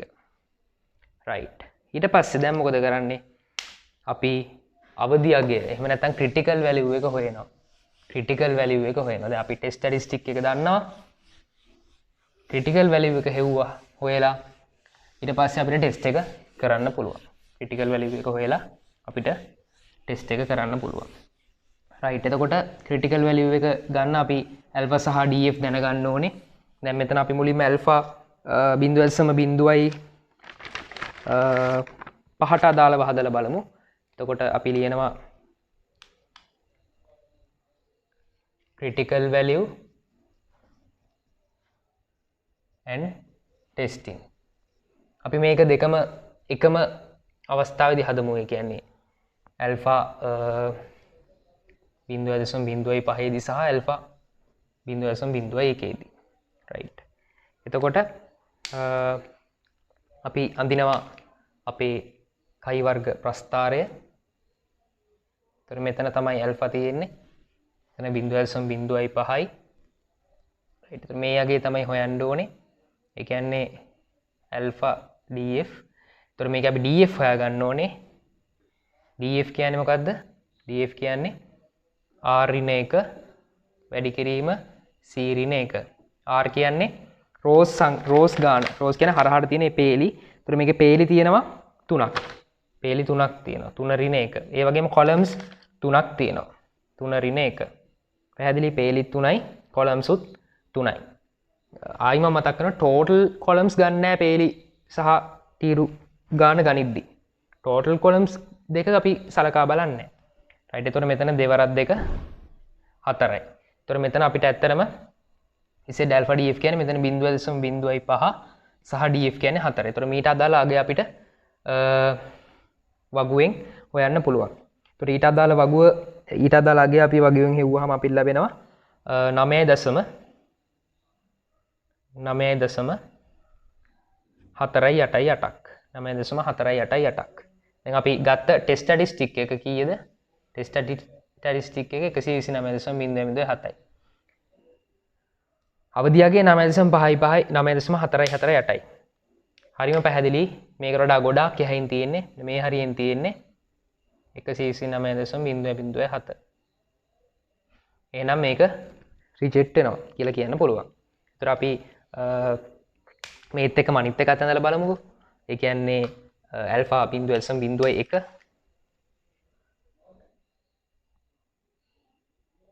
තොර මෙතන ඇල්ෆා වෙන්නේ 0.01යි. මෙන්න මෙතන මේ රිජෙක්ෂන් ඒරියා එක තමයි වෙනස් වෙන්නේ. රිජෙක්ෂන් ඒරියා එක. එතකොට මෙතන ඇල්ෆා DF අගේ හොයන්න ඕනේ. DF ඒ ගානම තමයි. ඉතින් රිජෙක්ෂන් ඒරියා එක එහෙම නැත්නම් ඇල්ෆා වෙනස් වුණා කියලා DF වෙනස් වෙලා නැහැ නේ. DF 4ම තමයි. ඒ කියන්නේ අපි ඇත්තටම හොයන්න ඕනේ මෙතන 0.01 සහ 4 කියන ඒ ඉලක්කම් දෙක එහෙම නැත්නම් ඒ සාධක දෙක සහිත කයි වර්ග අගේ. ඒතර ඒ අගේ අපිට ලැබෙනවා 13.177ක්. අපි ලැබෙනවා 13.177ක්. මේ තියෙන්නේ 13.177. ටෙස්ට් ස්ටැටිස්ටික් එක ඉතින් අරකම තමයිනේ. ටෙස්ට් ස්ටැටිස්ටික් එක වෙනස් වෙන්නේ නැහැ ඇල්ෆා වෙනස් වුණා කියලා. 129.007ම තමයි. ඒකත් හොඳටම පැහැදිලි ගොඩාක් යහින් තියෙන්නේ. මෙහෙන් තියෙන්නේ. මේ තමයි 129.007. ඒතර එතනදිත් අපිට කියන්න පුළුවන් මේක රිජෙක්ට් වෙනවා. මේ කුමන අවස්ථාවේදීත් රිජෙක්ට් වෙනවා. ඒතර ඩිසිෂන් රූල් එක අපිට ලියන්න පුළුවන්. ඩිසිෂන් රූල් එක අපේ මේ අපේ හතරවෙනි පියවර ඊට පස්සේ පස්වෙනි පියවර decision rule and decision. ඒතර decision rule එක වෙන්නේ මොකද්ද? reject h not if chi වර්ග කැල් වැඩි chi වර්ග alpha df. ඒක තමයි decision rule එක. පොදු decision rule එක. අතනට ගියත් එහෙමයි. ඒක වෙනස් වෙන්නේ නැහැනේ. ඒතර decision එක මොකද්ද අපිට දෙන්න වෙන්නේ? අපි මේ දෙකටම පොදු decision එක ලියමු ආයි. කොහොමත් reject කරන දෙන්නේ තියෙන්නේ මෙතන කරන්න. ඒතර අපි decision එක ලියනවා. decision එක තමයි reject h not because cal වැඩි alpha df. අපි අගයන් දෙක අවස්ථා දෙකකට දාමු. ඒ කියන්නේ මෙතන 0.05 දී අපිට ලැබෙන මෙතන අගය 1.199.007ම තමයි. ඒතර මේ අවස්ථාවේදී අපි ලැබෙන 9.488ක්. අනිත් අවස්ථාවේදී මේ අගය වෙනස් වෙන්නේ නැහැ. අතන 13.177ක්. රයිට්. එතකොට මෙහෙම එකම ගානේ මෙහෙම දෙකක් හදනව නෙමෙයි.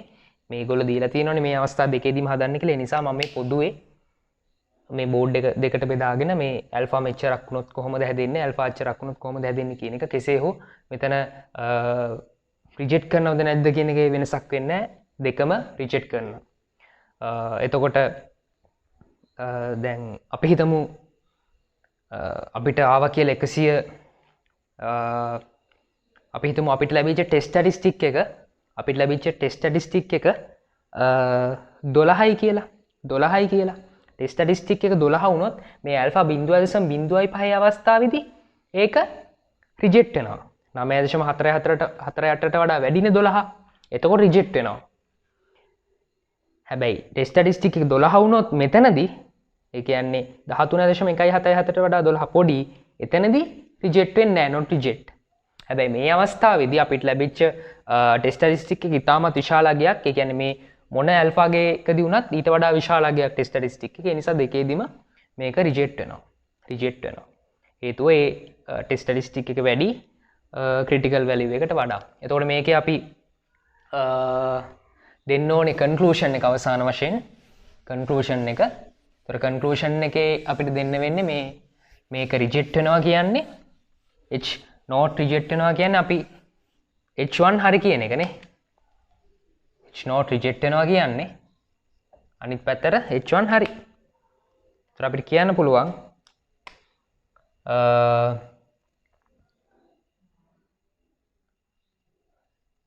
preference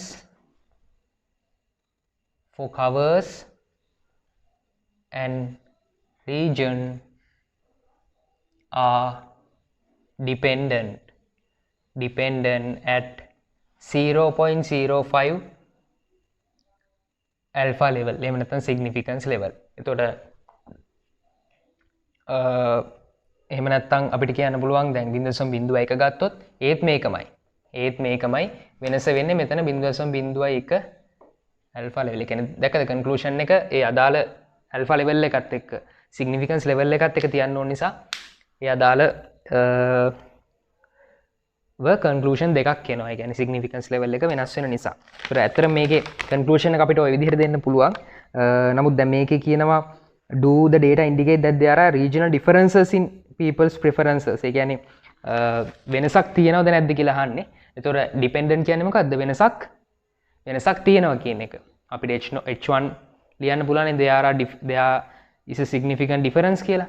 අපිට මේක මේ විදිහට ඩිපෙන්ඩන්ට් කියලා ලියන්නත් පුළුවන්. එහෙම නැත්නම් අර මේ අහන විදිහටම අපිට ලියන්න පුළුවන්. The data indicates that there are regional differences in people's preferences concerning the covers at කියලා ඒ significance level එක දෙන්න පුළුවන්. ඒ නිසා ඒක මතක තියාගන්න ඕනේ significance difference එකක්. ඒ කියන්නේ difference එකක් තියෙනවා කියන්නේ h1 තමයි හරි. මොකද h1 වලින් කියන්නේ difference එකක් තියෙනවා කියන එක. එහෙම නැත්නම් dependent කියන එක. difference එකක් නැහැ කියන්නේ h0 වලින්. එහෙනම් h0 හරි ගියොත් එතන අපි කියන්නේ ඩිෆරන්ස් එකක් නැහැ කියලා. ඒක පැටලෙනවා නම් මේ ඉන්ඩිපෙන්ඩන්ට් ඩිපෙන්ඩන්ට් කතාවෙම කියන්නත් පුළුවන් මේ කන්ක්ලූෂන් එක. එක්සර්සයිසස් වල third question එක බලමු. page number 86. එතකොට මේකේ කියනවා පුද්ගලයෝ 200ක් තෝරගෙන තියෙනවා විවිධ මට්ටම් වල කළමනාකරන තනතුරු දරන. එතකොට මේ 200 දෙනා ඉන්ටර්විව් කරලා ඒගොල්ලන්ගේ යම්කිසි පාරිසරික ප්‍රශ්නයක් පිළිබඳ තියෙන ඒ කන්සර්න් එක එහෙම නැත්නම් ඒ සැලකිල්ල කියන සාධකය පරීක්ෂා කරලා තියෙනවා. එතකොට එතනදී අපිට ලබාගත දත්ත වගුවක් ආශ්‍රයෙන් දීලා තියෙනවා. ඒ වගුවේ වම් අත පැත්තේ පල්ලෙහාට තියෙනවා level of management එක, top management, middle management, supervisor and group leader වශයෙන්. ඒ වගේම හරහට තියෙනවා ඒ concern එකේ ස්වභාවය, no concern, some concern and great concern. එතකොට අපෙන් අහන්නේ මේ environmental issue එකට මේගොල්ලෝ දෙන ඒ concern එක සහ ඒගොල්ලන්ගේ management level එක අතර සම්බන්ධතාවයක් පවතිනවද කියන එක 0.01ක significance level එකක් යටතේ එතන බලන්න determine if there is any difference in the responses with respect to the level of management. දැන් මේ ප්‍රශ්නේ සමහරවිට අහන්න පුළුවන් level of management and concern are dependent or independent කියලා කියන්නේ එහෙම නැත්නම් මේ විදිහට අහන්නත් පුළුවන් determine if there is any difference. කියන්නේ මේගොල්ලන්ගේ කන්සර්න් එක මේ මැනේජ්මන්ට් ලෙවල් එකට අනුව වෙනස්කමක් දක්වනවාද කියන එක හොයන්න කියලා. කියන්නේ කෙසේ හෝ මේ අහන්නේ මේ විචල්යන් දෙක ස්වාධීනයිද පරායත්තයිද කියන එක. රයිට්. එතකොට අපි මේක පරීක්ෂා කරමු. පළවෙනි ස්ටෙප් එක data set එක. එතකොට data set එක විදිහට අපි observed values ටික දැන් මෙතන ගානේ දීලා තියෙනවා වගුවක් විදිහටම. හැබැයි මේකේ totals දීලා නැහැ. හොඳට බලන්න totals දීලා නැහැ. නිසා දැන් පුරුද්දට නිකන් ඔන්න වගුව දීලා තියෙන්නේ කියලා ඒ වගුව විතරක් ප්‍රමාණවත් මදි. අපි මේ වගුවේ පල්ලෙහාට සහ හරහට ඒ totals දාගන්න ඕනේ. ඒ කියන්නේ හැම row එකේම සහ හැම column එකේම totals සහ අවසාන වශයෙන් මේ සමස්ත total එක දාගන්න ඕනේ. එතකොට දැන් මේක අපි ආයි paper එකේදී උත්තර ලියන කොලේ අඳින්න ඕනේ නැහැ වගුව. මොකද මේක දීලා තියෙනවා paper එකේම අපිට totals ටික totals තීරු දෙකක් දාලා සම්පූර්ණ කරගන්න පුළුවන්. නමුත් මම මේක ඇඳලා පෙන්නන්නම්. මොකද මැනුවල් එක ළඟ නැති ළමයට උනත් එතකොට තේරුම් ගන්න පුළුවන්. එතකොට අපේ observed frequency table එක එතකොට level of management A levels ටික තියෙනවා top management middle level supervisor group leader. එතකොට අපි add කරන්න ඕනේ total තීරුවක්. total. ඊට පස්සේ හරහට තියෙනවා no concern, no concern, some concern, no concern, some concern, great concern. ඒ වගේම අපි add කරන්න ඕනේ total තීරුවක්. right. එතකොට දැන් අපි මේ වගුවේ හැම සෙල් එකක්ම ෆිල් කරගන්න ඕනේ. එතකොට මේ වගු නිර්මාණය කරද්දී මේ වචන එහෙම සම්පූර්ණයෙන්ම ලියන්න අවශ්‍ය වෙන්නේ නැහැ. ඒ අදහස එන විදිහට ලියාගත්තාම ඇති. මොකද කාලයත් කළමනාකරණය කරගෙන තමයි මේ වැඩේ කරන්න තියෙන්නේ. right. එතකොට අපිට දීලා තියෙන දත්ත ටික අපිට එහෙමම මේකට ඇඩ් කරන්න පුළුවන්. එතකොට මෙතන 15යි 13යි 12යි 20යි 19යි 21යි 7යි 7යි 6යි 28යි 21යි 31යි. right. දැන් අපි totals තීරුව දාගන්න ඕනේ. එතකොට totals ටික අපි මුලින්ම rows වල totals ටික දාගමු. totals ටික. ඊට කලින් දැන් මේකේ කියනවා පුද්ගලයෝ 200ක් තමයි මේකට යොදාගන්නේ කියලා. එතකොට ඒ කියන්නේ මේ සමස්ත total එක 200යි. සමස්ත total එක අපි දාන්නේ මෙතන. සමස්ත total එක අපි පෙන්වන්නේ අර අන්තිම කොටුවේ. මොකද තීරුව පේලිවල rows වල total එකයි මේ columns වල total එකයි දෙකේම එකතුව තමයි සමස්ත total එක. ඒ කියන්නේ දෙවිදියට ගත්තත් එනවා. පල්ලෙහාට ගත්තත් එනවා. මේ හරහට ගත්තත් එනවා. right. ඒක 200 එන්න ඕනේ. එතකොට දැන් මේකේ ටෝටල් එක තමයි අපි හොයන්න ඕනේ. එතකොට මේ රෝ එකේ මේ රෝ 1 එක රෝ 1 එකේ ටෝටල් එක අපිට ගන්න පුළුවන් මේ තුන එකතු කරලා 15යි 13යි 12යි එකතු කරලා. එතකොට එතන අපිට ටෝටල් එක එනවා 40ක්. 40ක් එනවා. ඊට පස්සේ දෙවෙනි රෝ එකේ ටෝටල් එක 60ක් එනවා. තුන්වෙනි රෝ එකේ ටෝටල් එක 20යි, හතරවෙනි රෝ එකේ ටෝටල් එක 80යි. කොලම්ස් ගත්තාම පළවෙනි කොලම් එකේ ටෝටල් එක 70යි, දෙවෙනි කොලම් එකේ ටෝටල් එක 60යි, තුන්වෙනි කොලම් එකේ ටෝටල් එක 70යි. ඒතකොට චෙක් කරලා බැලුවොත් 70යි 60යි 70යි 200ක් එන්නත් ඕනේ, 40 60 20 80 200 එන්නත් ඕනේ. right. දැන් ඔන්න observed table එක හරි. observed table එක හරි. ඊට පස්සේ මේකේ data set එක විදිහට අපිට තව අමතරව ලියා ගන්න පුළුවන් alpha 100ට 0.01 මට්ටමේ හදන්න තියෙන්නේ. ඒ වගේම අපි n ලියා ගත්තා. ඒ කියන්නේ සම්පූර්ණ ප්‍රමාණය 200යි. එතකොට කෙනෙක්ට තව මේක පැහැදිලි වෙන්න data එකක් විදිහට ලියා ගන්නත් පුළුවන් මේකේ තියෙන ඒ variables දෙක. මොකද ඊළඟට hypothesis test මේ develop කරන්න තියෙනවා. එතනටත් පහසු වෙයි. ඕනනම් මේ තියෙන variables දෙක ලියා ගන්න පුළුවන්. ඒ තමයි එකක් තමයි level of management, අනිත් එක nature of the concern. nature of the concern. ඒ කියන්නේ මේගොල්ලෝ සැලකිලිමත් වෙන ඒ ප්‍රමාණය. කිසිම සැලකිල්ලක් නැද්ද? යම් කිසි සැලකිල්ලක් තියෙනවද? සම්පූර්ණ වශයෙන් සැලකිලිමත් වෙනවද කියන. ඒතකොට මේ දෙක තමයි අපිට ගන්න පුළුවන් variables දෙක විදිහට.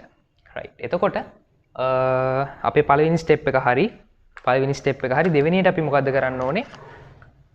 hypothesis දෙක නිර්මාණය කරගන්න ඕනේ. developing the hypothesis. ඒක ඇත්තටම ප්‍රශ්නයක් නෑ. මොකද මම කලිනුත් කියනවා වගේ මේකේ hypothesis එකම තමයි. අදාළ විචල්යන් දෙක විතරයි අපි අලුතෙන් දාන්න තියෙන්නේ. කයි වර්ග පරීක්ෂාවට අදාළව. right. එතකොට අපි ලියනවා developing hypothesis. developing hypothesis.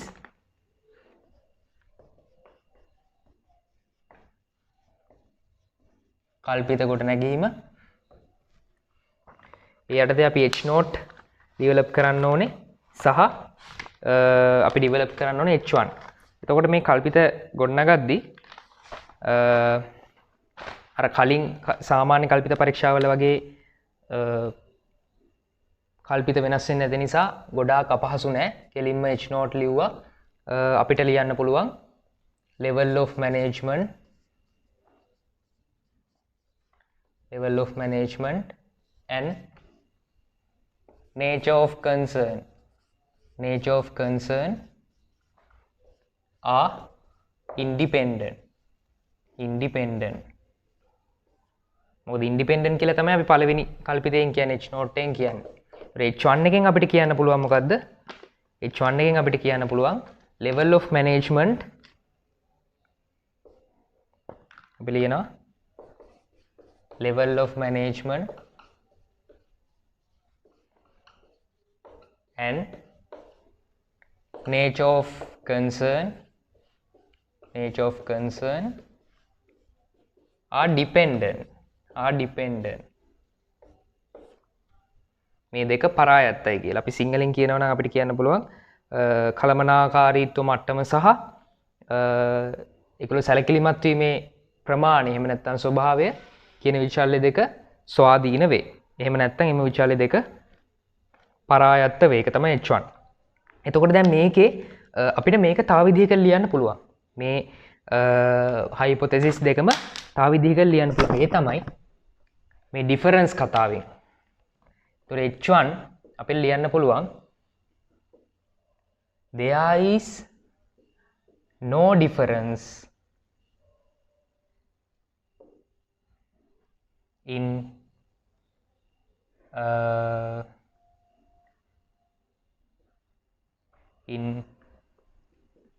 the concern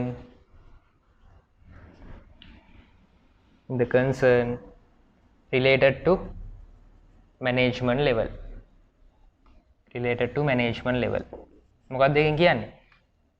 කළමනාකාරීත්ව මට්ටමට අදාළව මේ ලබා ඒගොල්ලෝ දක්වන සැලකිලිමත් භාවයේ වෙනසක් නැහැ.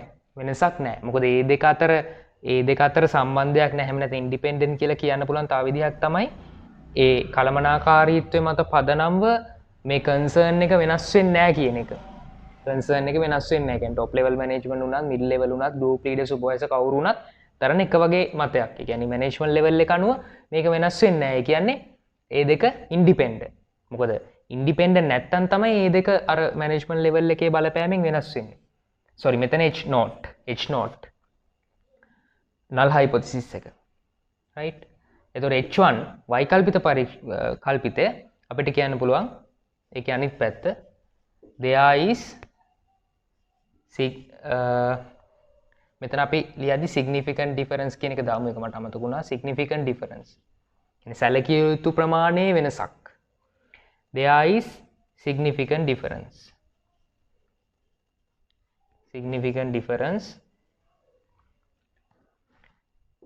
in concern related to management level. right? එතකොට මේකෙන් අපි මේ විදිහට ලියුවොත් කියන්නේ H not වලින් කියන්නේ there is no significant difference. H1 වලින් කියනවා there is significant difference. right? එතකොට අපි මේකේ හොයන්න කියලා තියෙන්නේ මෙතන significant difference එකක් තියෙනවද මේ මැනේජ්මන්ට් ලෙවල් එකට සාපේක්ෂව ඒගොල්ලෝ දරන රෙස්පොන්ස් එකේ නැත්නම් ඒගොල්ලන්ගේ කන්සර්න් එකේ. right?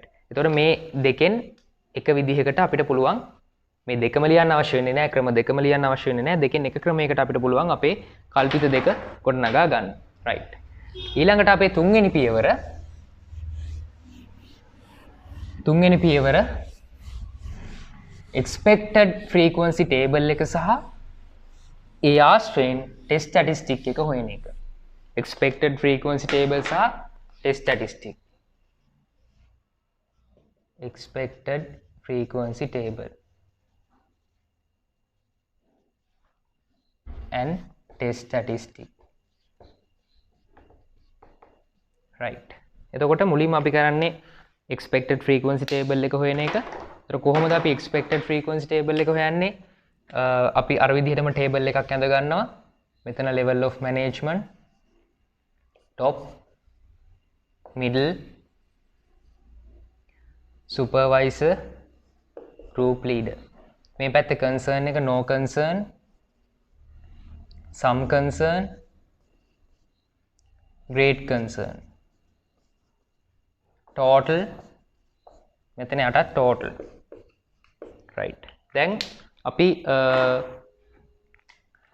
මේකේ totals ටික අපි කලින් වගේම පුරව ගත්තා. ඒතර මේ totals ටික තමයි මෙතන දාන්න තියෙන්නේ. වෙනස් වෙන්නේ මේ මැද තියෙන ඒ cells වලට අදාළ අගයන් ටික විතරයි. totals ටික වෙනස් වෙන්නේ නැහැ. right? එතකොට අපි මුලින්ම totals ටික දාගෙන ඉමු.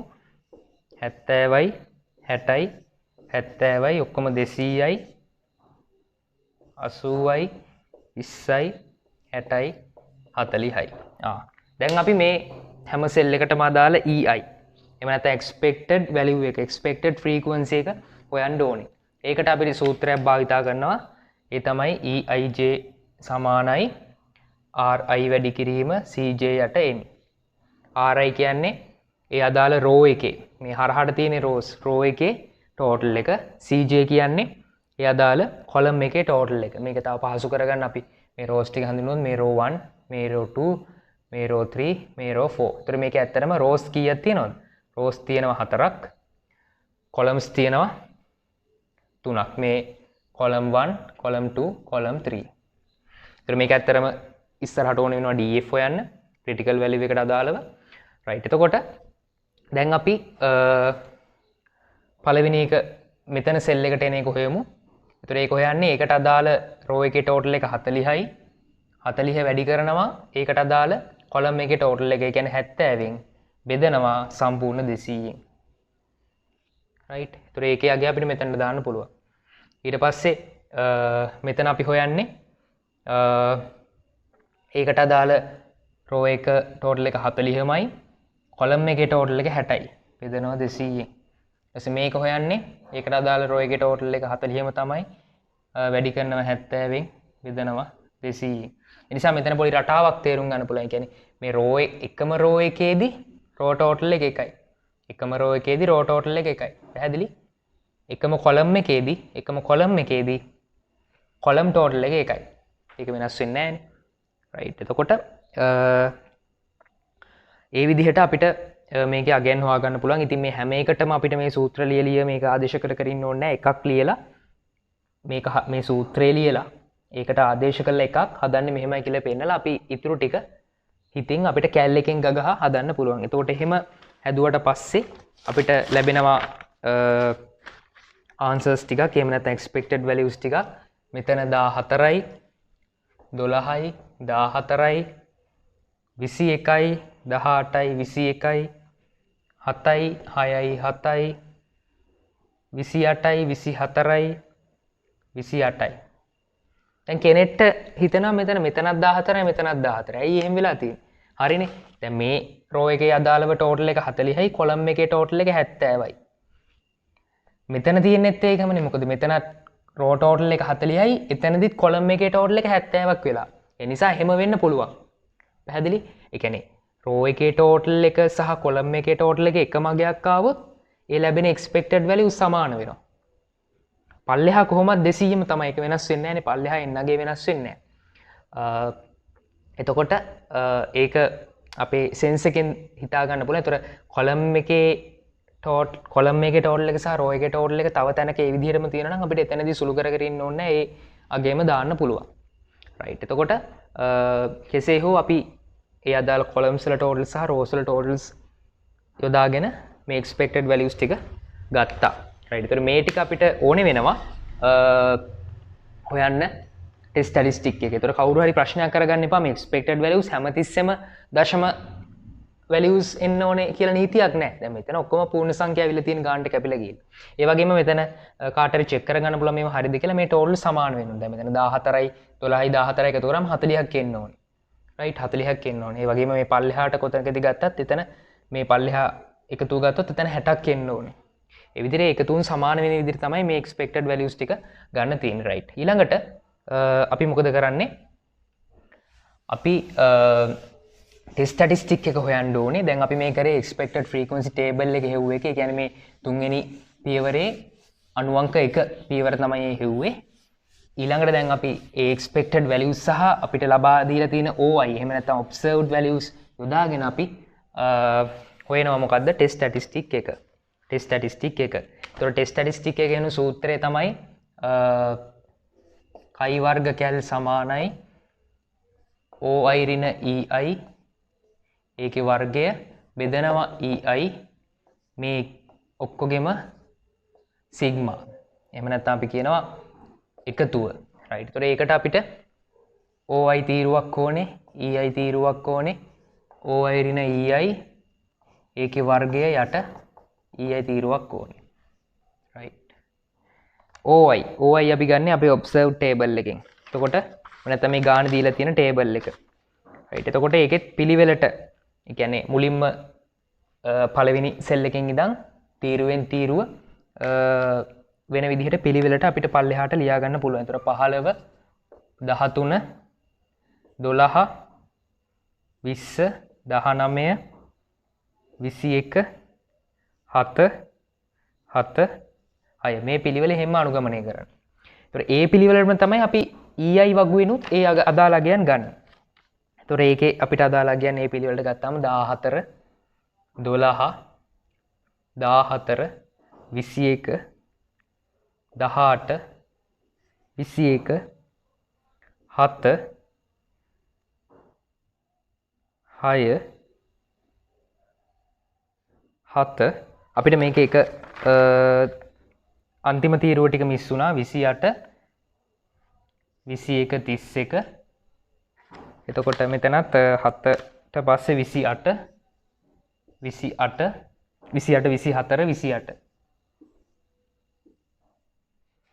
එතකොට OI තීරුවේ දැන් ගත්තොත් මේකේ ඔක්කොම සෙල්ස් තියෙනවා මේ දත්ත තියෙන සෙල්ස් ඒ සෙල්ස් ගාන බලන්න අපිට R වැඩි කිරීම C ගන්න පුළුවන්. එතකොට මේකේ R තියෙනවා 4ක් කොලම්ස් තියෙනවා 3ක්. ඒතර ඔක්කොම සෙල්ස් 12ක් තියෙනවා. කියන්නේ ටෝටල් තීරු නැතුව ටෝටල් සෙල්ස් නැතුව ඔක්කොම ඒ අගයන් 12ක් තියෙනවා. එතකොට මෙතන 12ම තියෙනවද බලන්න ඕනේ. 1 2 3 4 5 6 7 8 9 10 11 12යි. නැත්නම් දැන් මෙතන මට මිස් වෙන්න කියන්නේ මේ අන්තිම තුන. ඒතකොට ඒ වගේ ඒ මිස් වීම වළක්වා ගන්න පුළුවන්. මොකද අපි ගණන් කරාම 9ක් තිබ්බොත් තව 3ක් තියෙනවා. ඒ කියන්නේ ඒ ටික ලියලා නැහැ. ඒ විදිහට මේ හැම සෙල් එකේම මෙතන තියෙන සෙල්ස් 12ෙම දත්ත ටික එන්න ඕනේ. EI වලටත් එහෙමයි. එතකොට අපි අර පිළිවෙලට ලියන්න කිව්වේ මේ පිළිවෙල ලිව්වහම ඒ අදාළ OI වලට අදාළම EI අගේ තමයි එන්නේ. කියන්නේ මේවා මාරු වෙන්න බෑ. දැන් මෙතන 12 දාලා මෙතන 14 දාන්න බෑ. මේ පිළිවෙලටම තමයි ලියන්න ඕනේ. රයිට්. දැන් මේ OI සහ EI ආශ්‍රයෙන් අපිට මෙන්න මේ සූත්‍රයට එහෙම නැත්නම් මේ ප්‍රකාශනය සුළු කරලා ගන්න පුළුවන්. මම පළවෙනි එක ලියන්නම්. ඒතර 15 රින 14 ඒකේ වර්ගය යට 14. අපි තව එකක් මැද්දෙන් ගමුකෝ ලේසි වෙන්නේ. 19 රින 18 ඒකේ වර්ගය බෙදීම 18. එහෙම තමයි ඒක හොයන්නේ. ඒතර ඒක ලියලා ඉන්න අවශ්‍ය වෙන්නේ නැහැ. ඒක ලියලී අවශ්‍ය වෙන්නේ නැහැ. ඕන පළවෙනි එකට ඒක ලියලා උත්තරේ ගන්න පුළුවන්. ඊටු ටිකට කැල් එකෙන් සුළු කරලා ගන්න පුළුවන්. කැල් එකේ වරහන් ඕපන් කරලා ඒ අදාළ අඩු කිරීම දාලා වර්ග කරලා බෙදන්න පුළුවන්. ඒතර සමහර ලාවට මේ වගේ අවස්ථාවල නම් කෙලින්ම අපිට පේනවා මෙතන 15 14ක් ගියාම එකයි. ඒක කියන එක අරගෙන එකේ ඉඳන් යන්න පුළුවන්. එකේ වර්ගයේ බෙදීම 14 විදිහට. ඒ වගේ අර පහසු ක්‍රම භාවිතා කරන්න. කොහොම හරි දැන් මෙතන මේ වගුව ආශ්‍රයෙන් අපි මේ අගයන් ටික ගත්තොත් මෙතන 0.0.7යි 1යි. ඒතර මේ අගයන් දශම ස්ථාන 3කට වගේ සාමාන්‍යයෙන් වට යන. දශම ස්ථාන 3කට. ඊට පස්සේ අපිට ලැබෙනවා 0.0.8යි 3, 0.2යි 8යි 6, 0.0.4යි 8, 0.0.5යි 6, ඊළඟ එකට බිඳුව ඊළඟ එකටත් බිඳුව වෙන්නත් පුළුවන්. මොකද මේ අගයන් දෙකම සමාන වුණාම ඒ අන්තරය බිඳුවයි බිඳුවේ වර්ගයේ බිඳුවයි බිඳුව ඕනම සංඛ්‍යාවකින් බෙදුවහම බිඳුවයි. ඒ වගේ බිඳුව වෙන්නත් පුළුවන් ඇතැම් අවස්ථාවල. ඊට පස්සේ 0.167 ඊට පස්සේ 0.143 ආයි බිඳුව 0.375 0.321 රයිට්. දැන් මේ ටිකේ අපි එකතුව ගන්න. මම එකතුව මේ පැත්තෙන් ලියන ඉඩ නැති නිසා මේ ටිකේ එකතුව. මේ ටිකේ එකතුව. ඒතර මේ ටිකේ එකතුව අපි කැල් එකේ සුළු කරාම එනවා අපිට 1.55. 1.55ක්. රයිට්. ඒතර 1.55 තමයි මෙන්න මේ අගය. අපි මේ හොයන ටෙස්ට් ස්ටැටිස්ටික් එක. 1.55ක්.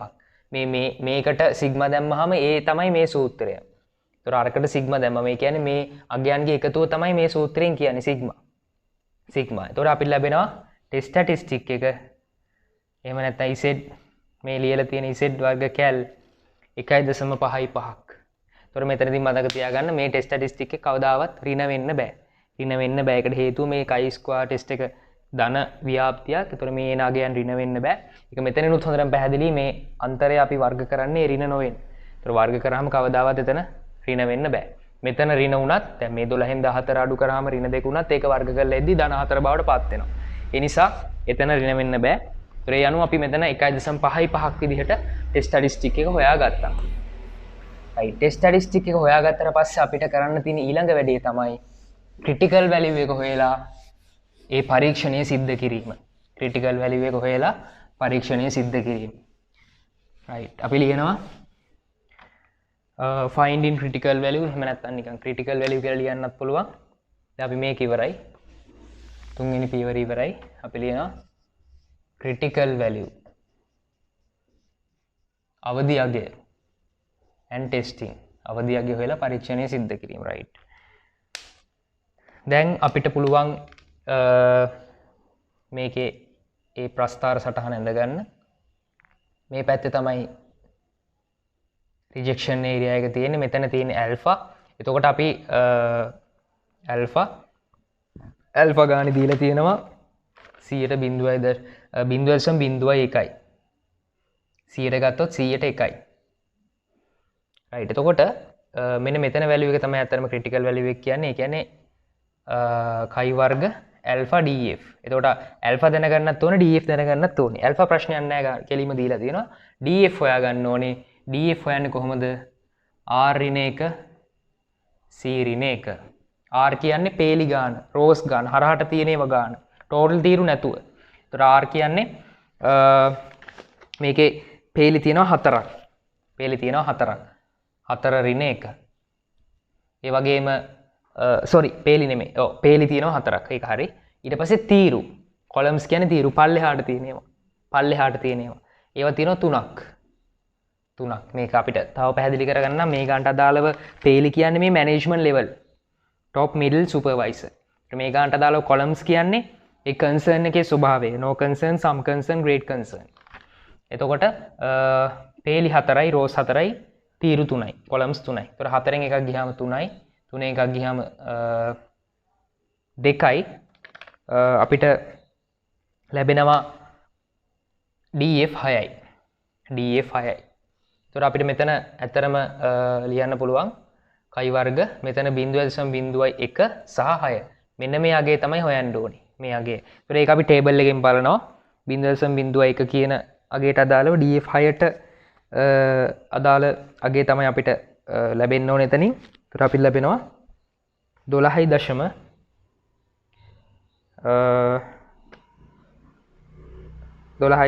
නෙමෙයි 0. අපි එකටනේ ගත්තේ. ඒතර අපි ටේබල් එකෙන් බැලුවොත්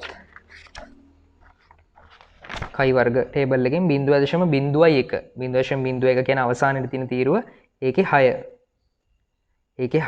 ඒතර අපි ලැබෙනවා 16.812ක්. 16.812ක්.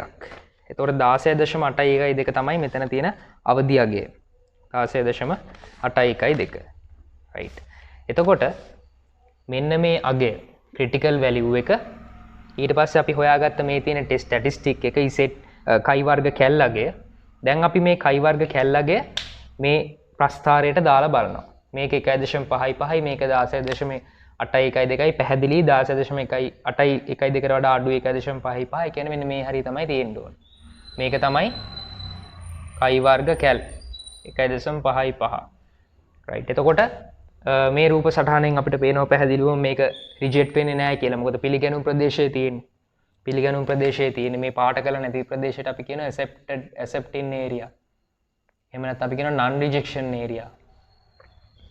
සිංහලෙන් කියනවා පිළිගැනුම් ප්‍රදේශය. මේක තමයි රිජෙක්ටින් ඒරියා එක. ඒතර පිළිගැනුම් ප්‍රදේශයේ තමයි අපේ ටෙස්ට් ස්ටැටිස්ටික් එක තියෙන්නේ. ඒ නිසා මෙතනදී H0 රිජෙක්ට් වෙන්නේ නැහැ. H0 රිජෙක්ට් වෙන්නේ නැහැ. ඒතකොට මේ අනුව අපිට ඩිසිෂන් රූල් එක ගොඩනගලා ඩිසිෂන් එකක් දෙන්න පුළුවන්. ඩිසිෂන් රූල් එක ගොඩනගලා ඩිසිෂන් එකක් දෙන්න පුළුවන්. එතනින් අපිට නිගමනයට යන්න පුළුවන්. නිගමනයට යන්න පුළුවන්. right. අපි ලියනවා අපේ පස්වෙනි පියවර decision rule and decision. ඒතකොට decision rule එක වෙන්නේ මොකද්ද?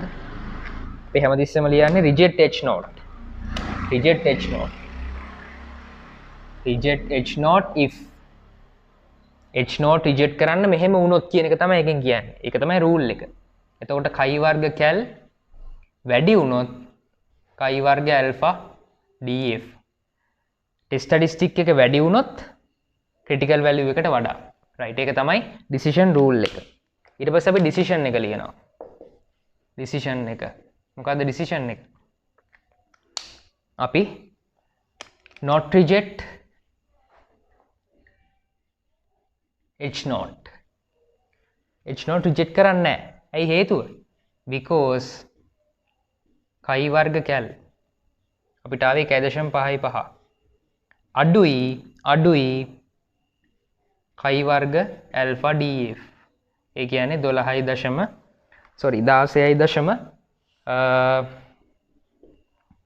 අපිට වගුවෙන් බැලුවාම ආවා 16.8යි ගානක්. ඒතොර ඒ ගානට වඩා මේක අඩු නිසා අපිට කියන්න පුළුවන් මේක රිජෙක්ට් කරන්නේ නැහැ.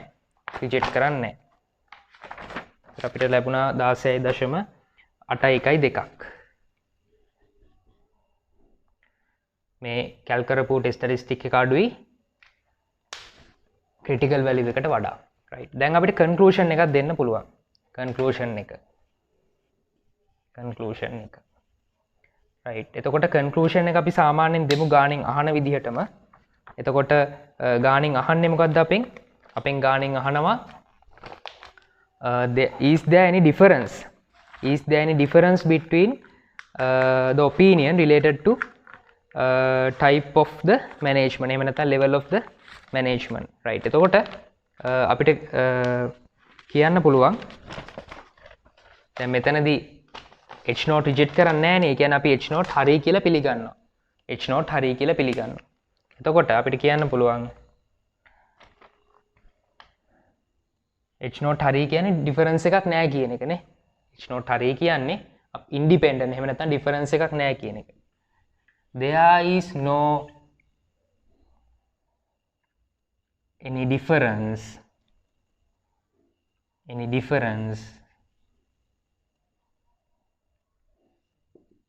the responses. මෙතන responses කියන්නේ මේ concern එක in the responses with respect to level of management at 1% significance level. ඒ කියන්නේ 100ට එකක significant level එකක් යටතේදී මේ response එක එහෙම නැත්නම් concern එක වෙනස් වෙන්නේ නැහැලු ඒ කළමනාකාරීත්ව මට්ටම අනුව. එතකොට there is no any difference. ඒ කියන්නේ h not වලින් අපි කිව්වේ there is no any difference, there is no significant difference නේ අපි කිව්වේ. ඒ නිසා h not තමයි මෙතන අපි හරි කියලා ගන්න. ඒක තමයි පැහැදිලි කරන්නේ 100ට එකක significance level එකක් යටතේ. ඒතර මේක මේ විදිහට නැත්තම් අපිට සරලව කියන්න පුළුවන් level of management and nature of concern are independent. මොකද h not වලින් අපි කිව්වේ independent කියලා. එහෙම කියන්නත් පුළුවන්. මෙතන අපි මේ විදිහට ලිව්වේ මොකද ප්‍රශ්නෙන් අහලා තියෙන ස්වරූපය ඒ විදිහට. එන්නේ ඩිෆරන්ස් එකක් තියනවද නැද්ද කියලා ඇහුවාම ඩිෆරන්ස් එකක් තියනවද නැද්ද කියලා ඇහුවාම h not නම් හරි ගියේ h not එකෙන් කියන්නේ ඩිෆරන්ස් එකක් නැහැ කියන එකනේ. ඒ නිසා ඩිෆරන්ස් එකක් නැහැ කියනවා. හදිස්සියට h not reject වුණොත් ඒ කියන්නේ h1 කියන එකනේ හරි කියන්නේ. ඒත් h1 එකෙන් කියන්නේ ඩිෆරන්ස් එකක් තියෙනවා කියන එක. එතකොට අපි කියනවා ඩිෆරන්ස් එකක් තියෙනවා කියලා මේ ඒ අදාළ ඇල්ෆා ලෙවල් එකේ යටතේ. හොඳයි අපි කයිවර්ග පරීක්ෂාවට අදාළ පියවර මොනවාද කියලා හඳුන්වලා එතනින් පස්සේ එක්සාම්පල් සහ එක්සර්සයිසස් වලට අදාළ ගැටලු කිහිපයක් සාකච්ඡා කරා. ඉතින් ඒ සාකච්ඡා තුළින් මම හිතනවා කයිවර්ග පරීක්ෂාව ගණනය කිරීමක් කොහොමද හරියට පියවරාත්මකව හදන්නේ කියන එක ගැන අවබෝධයක් එන්නේ නැති. එතකොට තව මෙවැනි ගැටලු තියෙනවා නම් ඒවා හොයාගෙන විසඳන්න. මොකද දැන් මෙතන කයිවර්ග පරීක්ෂාවට අදාළව ගැටලු රාශියක් අපි සාකච්ඡා කරන්න අවශ්‍ය නැහැ. මොකද එකම පියවරෙන් තමයි තියෙන්නේ. එහෙම නැත්නම් වෙනස්කම් නැහැ. දැන් උදාහරණයක් විදිහට ගත්තොත් අපි කල්පිත පරීක්ෂාවලදී සංගහන මධ්‍යයට අදාළව අපි ඒක ඒ විචලතාවය දන්නවා නම් එක විදිහකට විචලතාවය දන්නේ නැත්නම් තව විදිහට ඒ වගේ විශාල කියන්නේ බෙදීම් තිබ්බා. බෙදීම් කිහිපයක් තිබ්බා. නමුත් කයිවර්ග පරීක්ෂාවට අදාළව එකම විදිහකට එකම රටාවකට එකම පියවර අනුගමනය කරමින් තමයි ගණනය කිරීම කරන්න වෙන්නේ. ඒ නිසා මේක අමාරු ගණනය කිරීමක් නෙමෙයි. සමහරවිට ගණනය කිරීම වැඩි වෙන්න පුළුවන්, පියවර වැඩි වෙන්න පුළුවන්, වගු වැඩි වෙන්න පුළුවන්. එච්චරයි තියෙන්නේ. ඉතින් ඒක සැලකිල්ලෙන් කාලය කළමනාකරණය කරගෙන ඒක හදන්න පුළුවන් නම් මේ ගාන ඇත්තටම පහසු ගානක්. එතකොට ඊළඟ වීඩියෝ එකේදී අපි සාකච්ඡා කරනවා අන්තිම chapter එක, chapter 13 regression and correlation analysis එක. ඒතර මේ පාඩම සම්බන්ධයෙන් මොනවා හරි ගැටලුවක් තියෙනවා නම් comment section එකේ දාන්න. අපි ඊළඟ වීඩියෝ එකකින් ඊළඟ දවසේ හම්බ වෙමු.